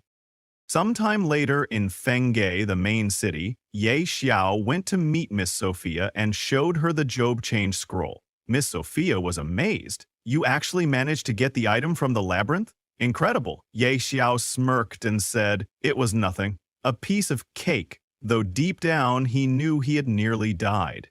It definitely wasn't a piece of cake. Now that he had the scroll, he asked Miss Sophia, "How do I unlock the hidden class?" Miss Sophia examined the scroll and said, "This parchment doesn't seem to be a class-changing scroll." Yi Zhao was confused. What do you mean it's not a class-changing scroll? Miss Sophia explained. According to my uncle, Stir, this parchment doesn't change your class, it unlocks your hidden potential and awakens a unique class meant just for you. She asked Ye Zhao to follow her and brought him into a secret chamber. Ye Zhao was surprised. I never knew this estate had a hidden room. I don't remember discovering this in my past life. Inside the secret chamber, a man was standing before them. He introduced himself. Welcome, Ye Zhao. I am Stir, Royal Beastmaster, and the one you seek. Ye Zhao greeted Mr. Stir and told him that he was there to unlock his hidden class. However, Mr. Stir was surprised, saying, I thought this method of class changing had vanished from the world, but it seems I was wrong. He took the job-changing scroll and agreed to assist Ye Zhao with his class transition. He asked him, Are you ready? Ye Zhao smiled and said, Ready. I can't wait any longer. Mr. Stir nodded and told Ye Zhao, This parchment will awaken the deepest power within you. Follow your heart's guidance. He also instructed Ye Zhao to stay calm, not panic, not resist, and to guide his energy around his body with focus and intent. As Ye Zhao followed Mr. Stir's instructions, energy orbs began to appear around his body. Mr. Stir was stunned. He couldn't believe what he was seeing. Ye Zhao had activated all 5 crystal balls. Miss Sophia, noticing her uncle's shocked expression, asked him, Is this what you meant by the Supreme Class transfer? Mr. Stir nodded. Look at those 5 crystal balls around him. They represent potential. When I changed my class, I could only activate 3. But this man, he's breaking the limits of humanity and activating all 5? Is this guy even human? Miss Sophia, excited, couldn't believe her uncle thought so highly of Ye Zhao. Could Ye Zhao be something far beyond an ordinary person? Suddenly, a system notification comes, congratulating Ye Zhao for successfully completing the class transfer quest, Whispers of the Dragon, and changing his class to the unique hidden profession. Due to the infusion of mysterious power, his class rank has been upgraded. He has surpassed the class rank limit and advanced to the unique God-tier hidden profession. After successfully changing to a hidden God-tier profession, Ye Xiao's body overflowed with power. But what surprised him even more was when he looked at his new status. It was insane. Mr. Stir was in disbelief. Someone actually unlocked the legendary Beast God Master class? That means he's mastered the supreme power of the Beast God and gains 40 attribute points per level. Ye Zhao was equally amazed when he saw the stat boosts. Even the God's Guardian set came with a crafting blueprint, equipment that grows in power, and it starts at epic rank. However, the materials needed to craft it were all rare, and he'd have to hunt dangerous monsters to gather everything. Ye Xiao thanked Mr. Sir for assisting him with the class transfer. Mr. Stir told Ye Zhao, now that you've stepped into the divine realm, your potential is limitless. Toda agreed, nodding in approval. Ye Zhao smiled to himself. Looks like I'm destined to reach the peak in this lifetime, but first I need to craft the Beast God's Claw. Meanwhile, somewhere else in the game, a group of players arrived to challenge the Abyss-level trial after witnessing Ye Zhao's solo clear. They approached the respected Guardian and said, We wish to challenge the Abyss trial. Seeing the 3 of them well-equipped, the Guardian asked, What level of the trial are you attempting to unleash? But one of them, a man named Tiger Unleashed, stepped forward and said, I'm going solo. Abyss-level trial. The Guardian was stunned. Another one trying to solo the Abyss-level trial. Tiger Unleashed replied confidently, I live for challenges. No regrets, even if I die. The 2 girls with him wished him the best of luck and said they'd wait outside for his good news. Tiger Unleashed gave them a thumbs up and said, Don't worry, you won't be waiting long. The Guardian couldn't believe what he was seeing. These visitors from another world?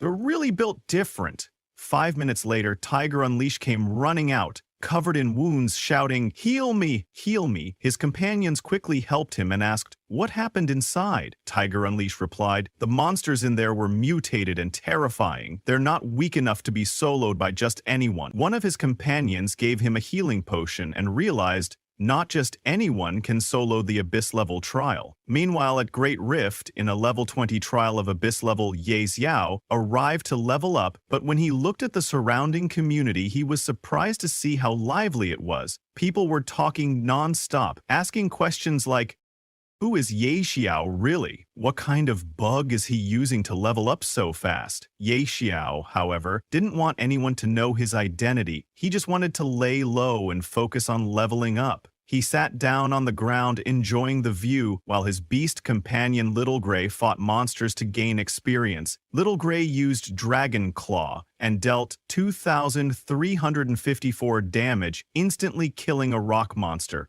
After defeating it, the monster dropped 2 Dark Gold rank equipment items, the Rock Shattering Hammer and the Rock Great Sword, a 2-handed sword. Just as Ye Xiao bent down to pick up the items, a boss monster suddenly appeared in front of him. It was a level 20 Abyss Watcher of King rank. Ye Xiao couldn't believe it, a King-level boss. Fortunately, it was only level 20. He quickly charged at the boss with the sword he just picked up and ordered Little Grey to attack. Meanwhile, back at the Abyss trial, Tiger Unleashed, who had attempted to solo it, had unfortunately died during the trial. His companions were in shock, asking, how could this happen? They had followed Ye Xiao's leveling path exactly. There was only one explanation. If Ye Xiao cleared the Abyss trail, he must have found some kind of exploit.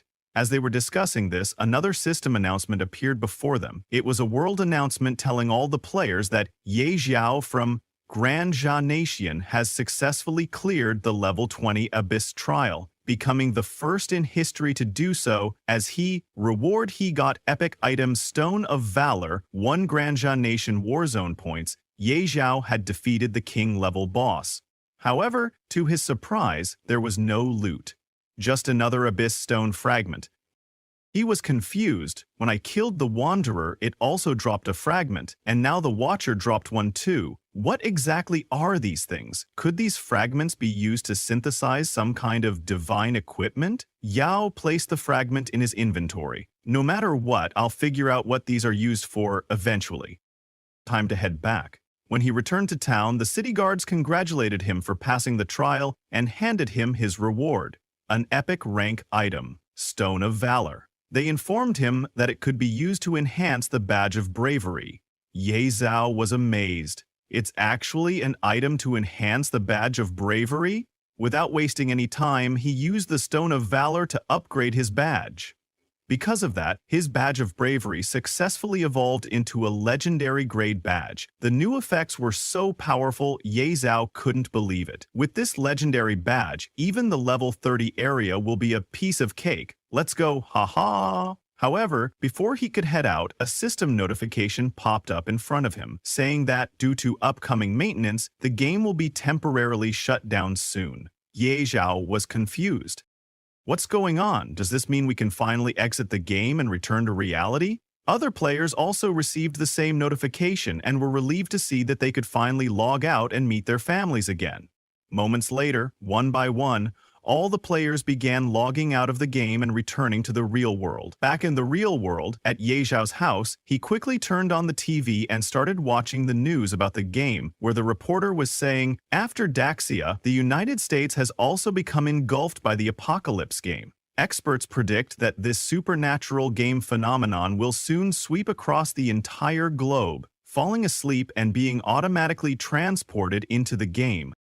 Or apocalypse has become a problem that all of humanity must face. A player named Meng Hu Chu Long was found dead in both the game and the real world, raising terrifying concerns.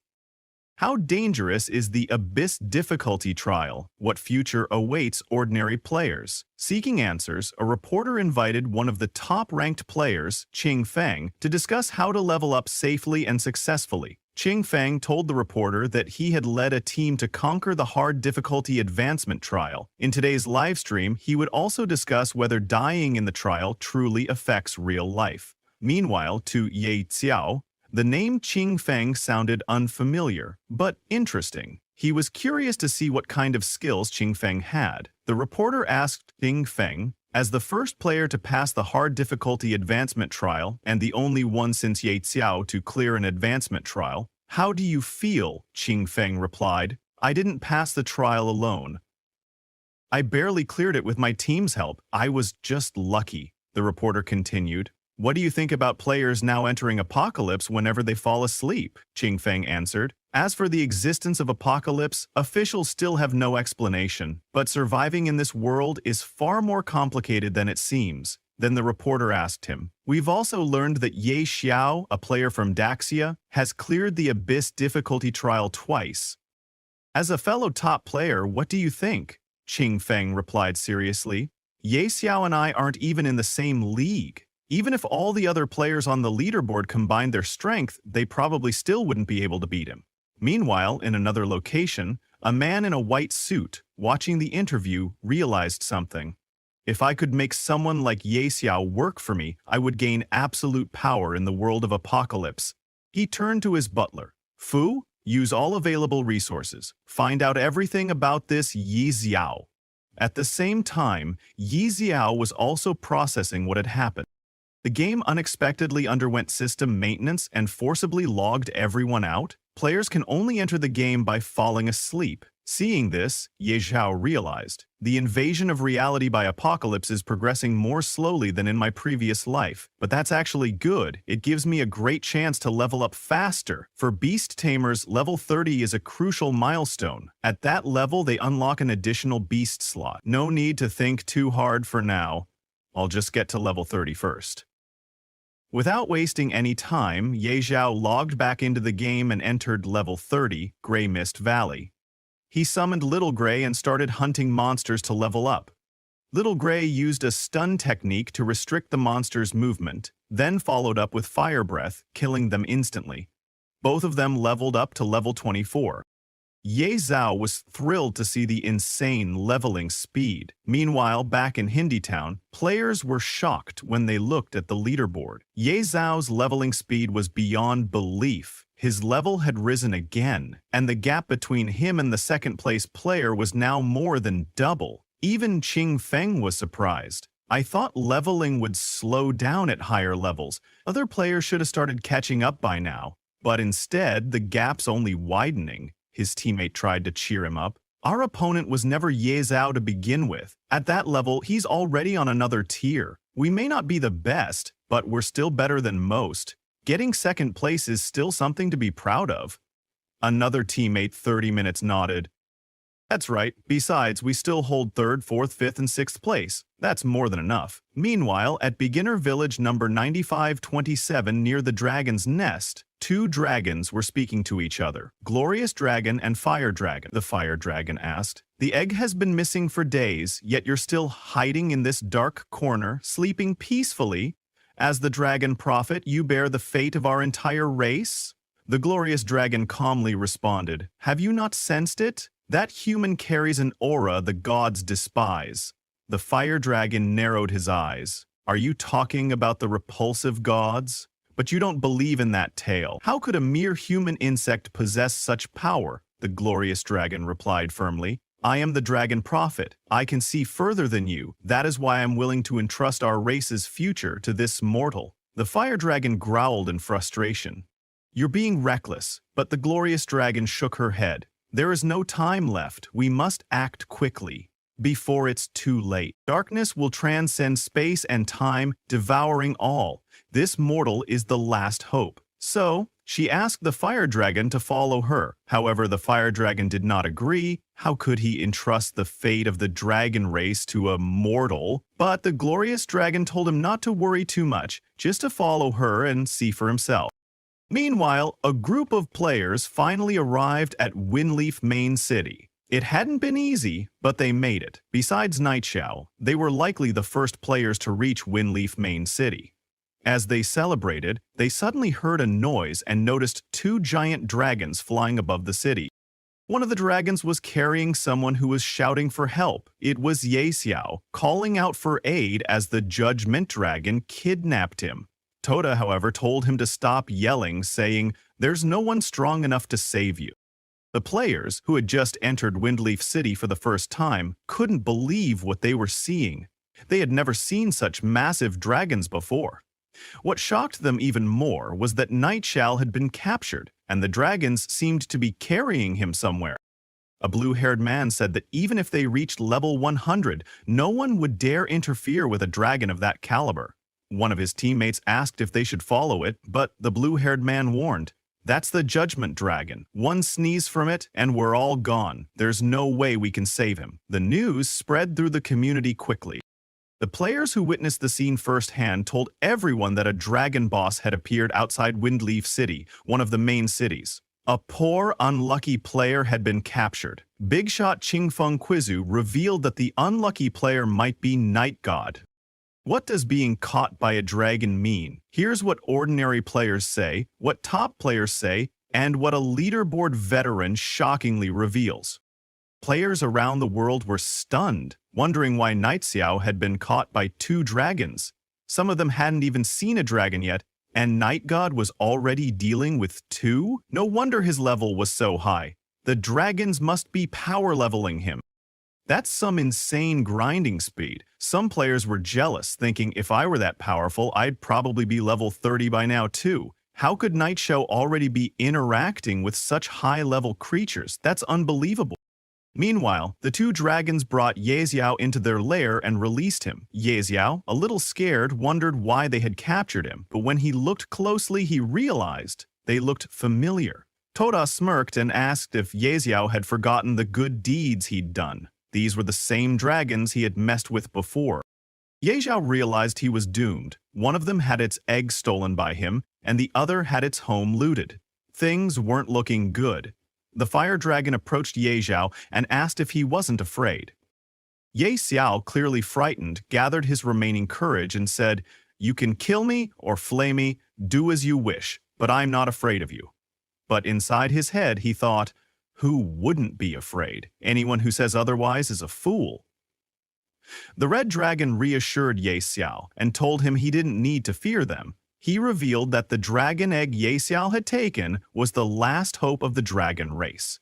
Bringing him here was to bestow upon him a great opportunity. He, Ye Yao, a little confused, asked if they were talking about Little Gray the fire dragon. However, became furious that Ye Yao would dare give such a disgraceful name to a dragon. But Ye Yao insisted that Little Gray really liked the name. The red dragon intervened, reminding the fire dragon that time was running out. The fire dragon agreed, and both dragons flew into the sky, chanting in the name of the dragon god. Meanwhile, Ye Xiao, confused and scared, asked, "What are you going to do to me?" He nervously added, "I was just joking earlier. If you let me live, I'll do whatever you want." Toda also tried to clarify, telling the dragons, "I don't even know him that well. The dragon egg theft really had nothing to do with me." However, they didn't listen. They continued chanting, and suddenly energy began pouring from their bodies into a massive dragon statue in front of them. Because of that energy, the statue's eyes began to glow. Then, the statue turned toward Ye Xiao and bestowed the blessing of the Dragon Clan upon him. He received a part of the Dragon Clan upon him. Meanwhile, on the Doomsday Forum, major changes were happening across the server. The Axian nation continued to dominate, occupying the entire top 100 of the level rankings. But the second spot on the leaderboard had changed. Jinyu Yexing showcased top-tier assassin skills, skyrocketing to level 14, replacing Mingye Ruya and widening the gap. Night Xiao remained at the top, but he hadn't leveled up in 3 days. Has the new god fallen? Ever since being taken by the dragons, Night Xiao had stayed at level 30 for over 3 days, and players were wondering what had happened to him. They kept asking, does anyone know what's going on? What really happened to Night God? No one knew. But judging from his usual pace, something unexpected had probably happened.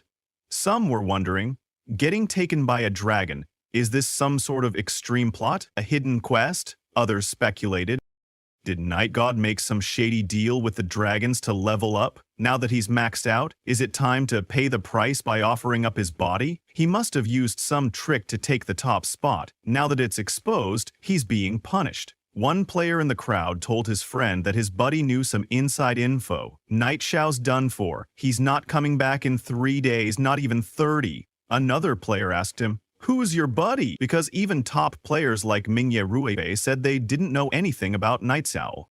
How can your buddy know when even the top players don't?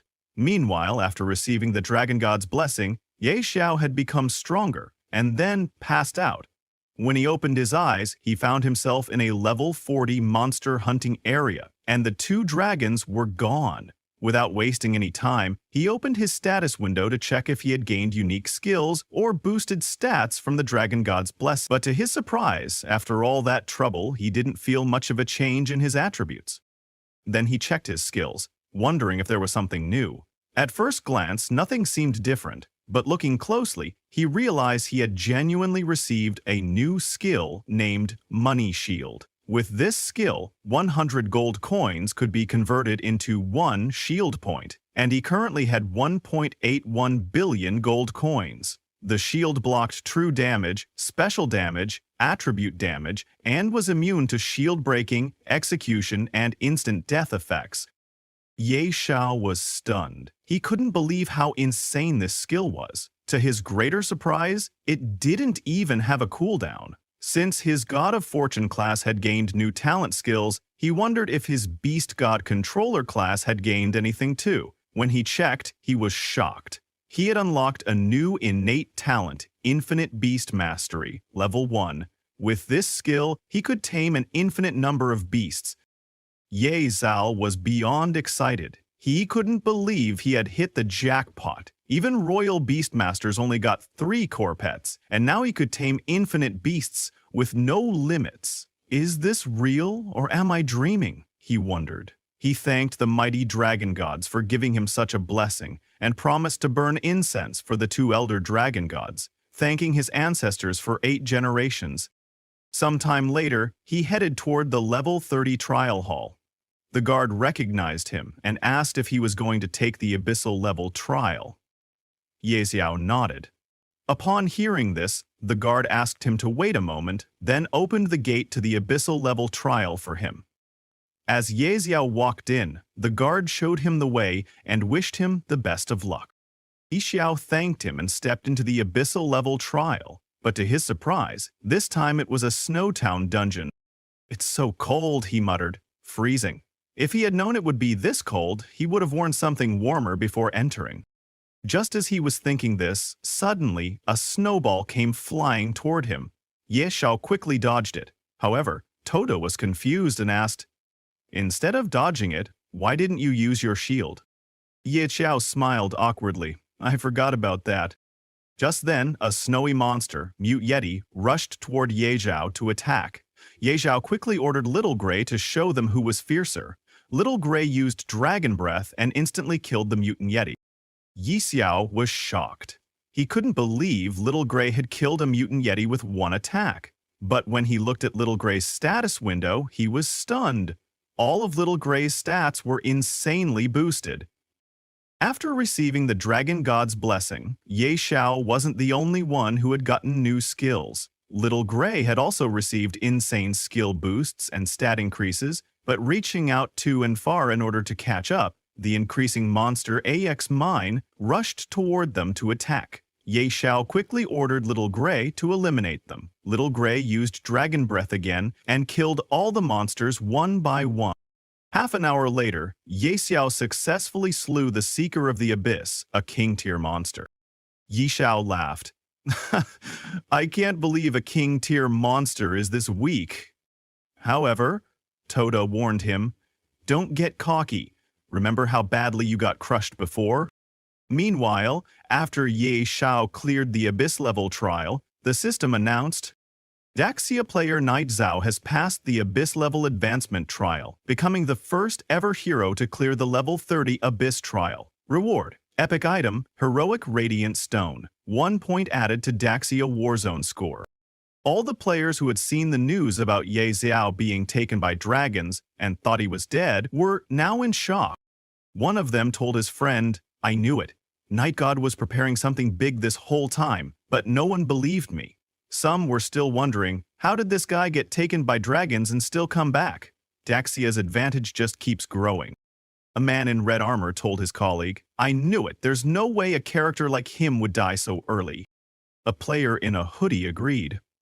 "I can't believe even the level 30 Abyss trial could be cleared. This guy's potential really is bottomless."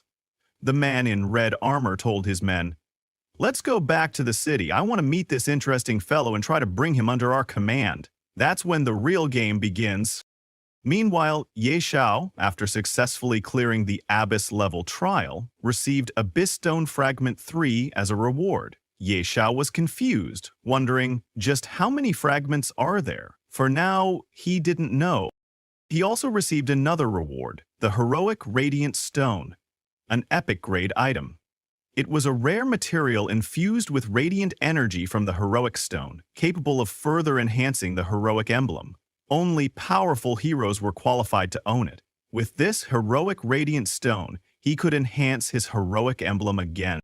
As Ye Xiao was leaving, the guard said goodbye to him and told him to take care.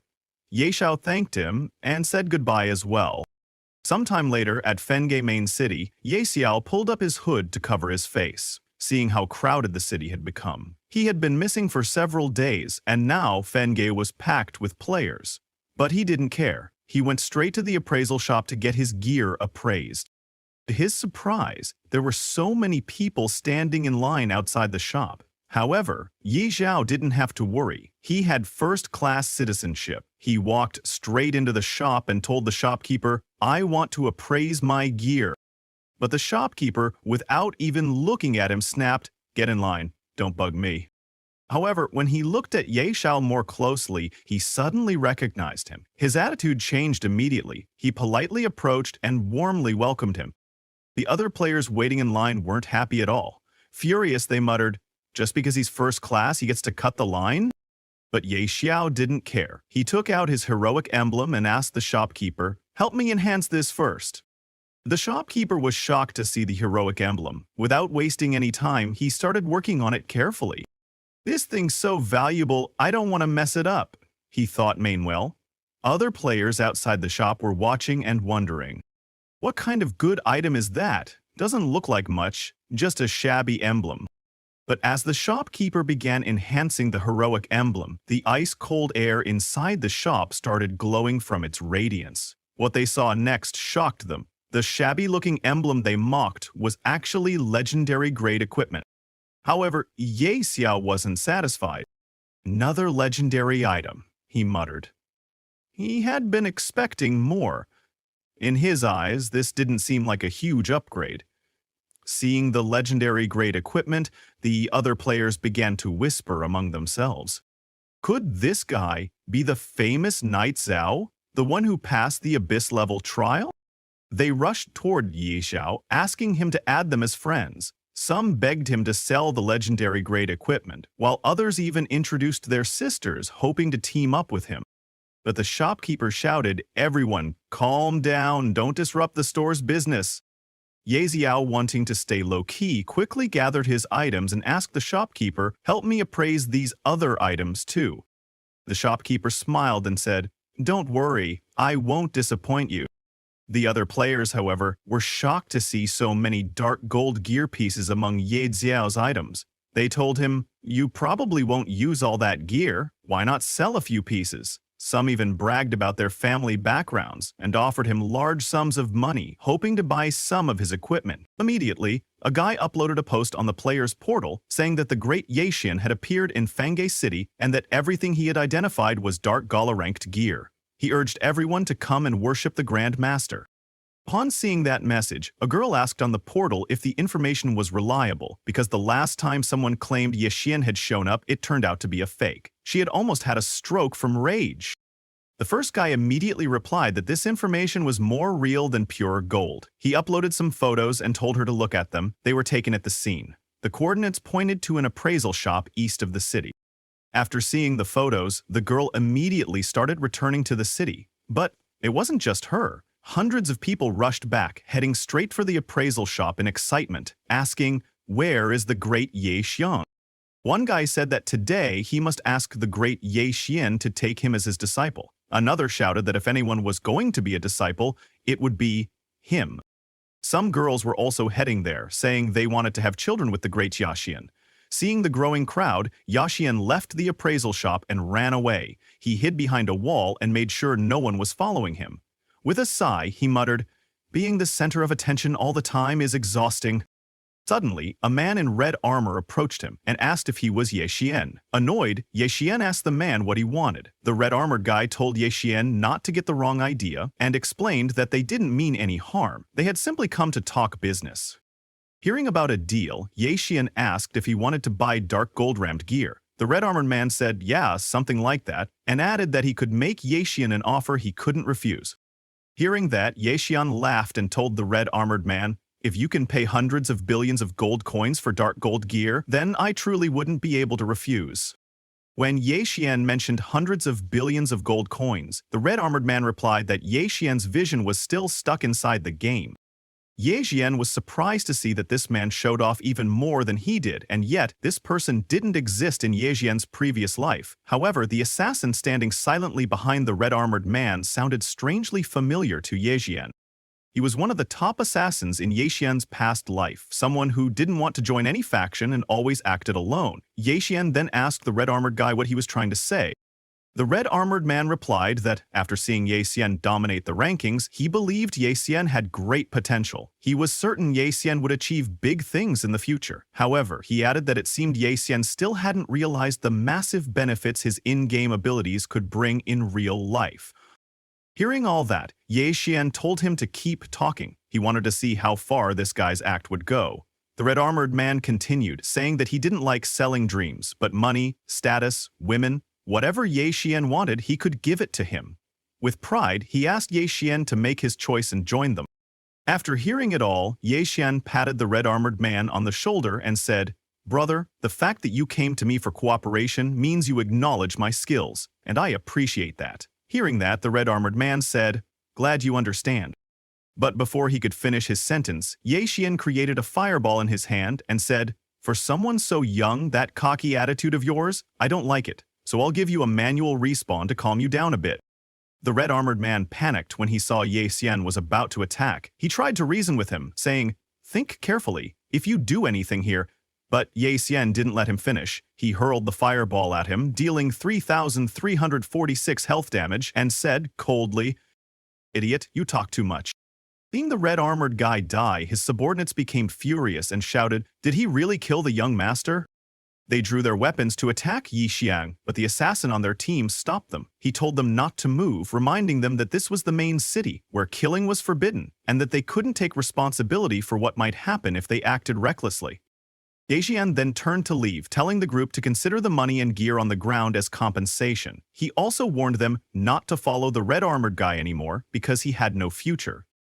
Watching him walk away like that, the red-armored guy's subordinates thought he was insane for killing someone in the main city. But suddenly, with sirens blaring, a loud voice rang out. "Who's fighting here?" Hearing the sirens, the red-armored guy's subordinates realized it was the main city guard. The next second, numerous guards appeared and surrounded everyone, shouting, "Don't move." The leader of the guards shouted angrily, "Who dares to kill in the main city? Are they out of their mind?" Ye Xian immediately stepped forward and announced, "It was me." Hearing that, the guard leader shouted, "You killed someone? And you're still this calm? You've got some serious guts." But before he could finish his sentence, he stopped. He noticed a badge on Ye Xian's chest and recognized it. Ye Xian was a first-class citizen. The guard leader's tone immediately changed. Calmly, he said, "There must be some misunderstanding here. I apologize for the recklessness." He then asked Ye Xian if he could explain what had happened so they could file a proper report. Ye Xian replied, "It's nothing serious. Someone threatened me a little, so I cleaned him up." The guard leader became furious upon hearing that a vagrant had dared to verbally offend a first-class citizen. Politely, he told Ye Xian, "The city's safety is our responsibility. If something like this happens again, please allow us to handle it. Don't dirty your hands." Ye Xian responded, "It's fine. It was just a small effort." The guard leader thanked him for his understanding and said, "If there's nothing else, we won't disturb you further." Seeing that even after Ye Xian had killed someone in the city, the guards still didn't take any action against him, the red-armored guy's subordinates were shocked. They asked, "Is this really possible?" The guard leader then dismissed his men and told them to leave the area. But just then, one of the guards approached the leader and asked him, "What happened? Why didn't they arrest Ye Xian?" One of the guards asked. The guard leader angrily turned to him and snapped, "How many times do I have to tell you? You gunners need to pay attention to details. The details.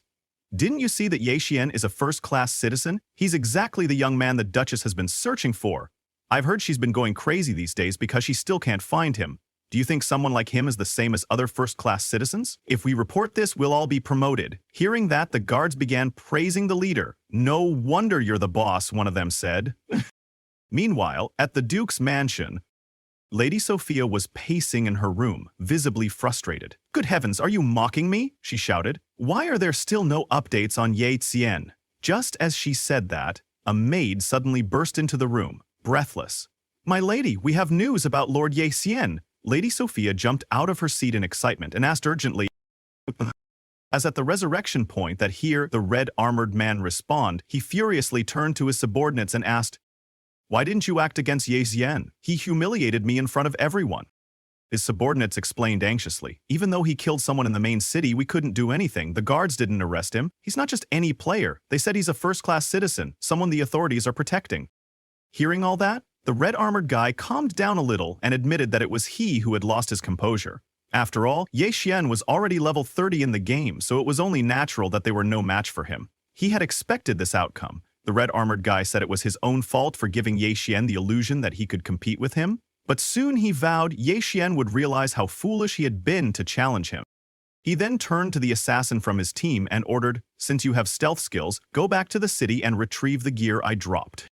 The assassin replied, "Yes, young master," and was about to leave, but suddenly, a loud voice came from behind. "No need. I didn't take your gear, but from the look of it, it seems you won't be needing it anymore."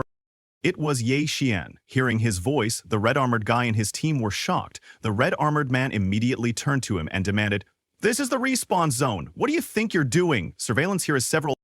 He once again shot a fireball at the red-armored man, telling him that his threats meant nothing to him. As the red-armored man died, a crowd began to gather around the resurrection area. People were shocked to see the great Ye Xian killing someone at the respawn point.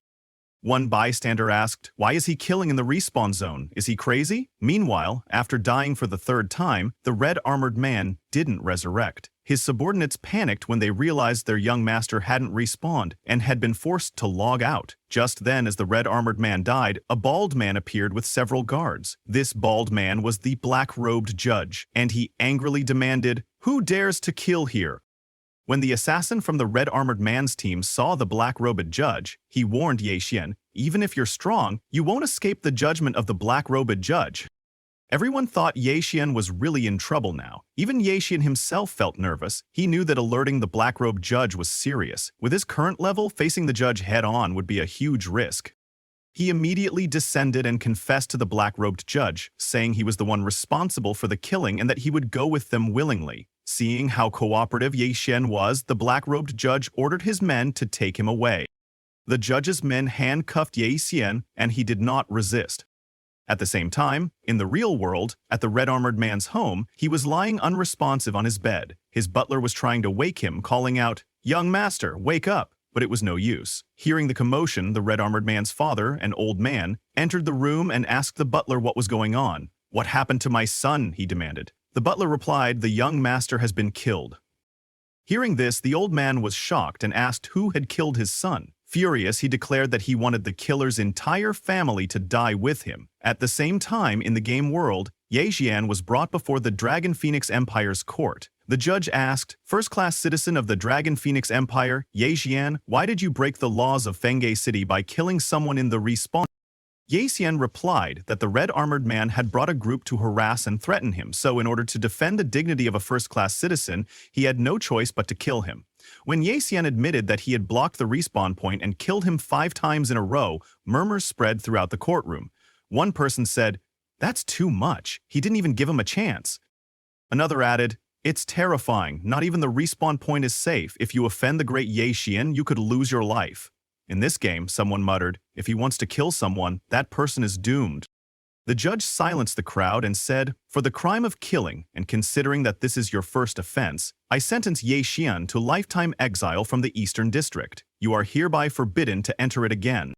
Ye Xian tried to respectfully explain himself to the judge, but suddenly, a voice called out from behind, "Judge, Ye Xian only killed a vagrant who dared to offend his dignity. Both emotionally and legally, it was a justified action."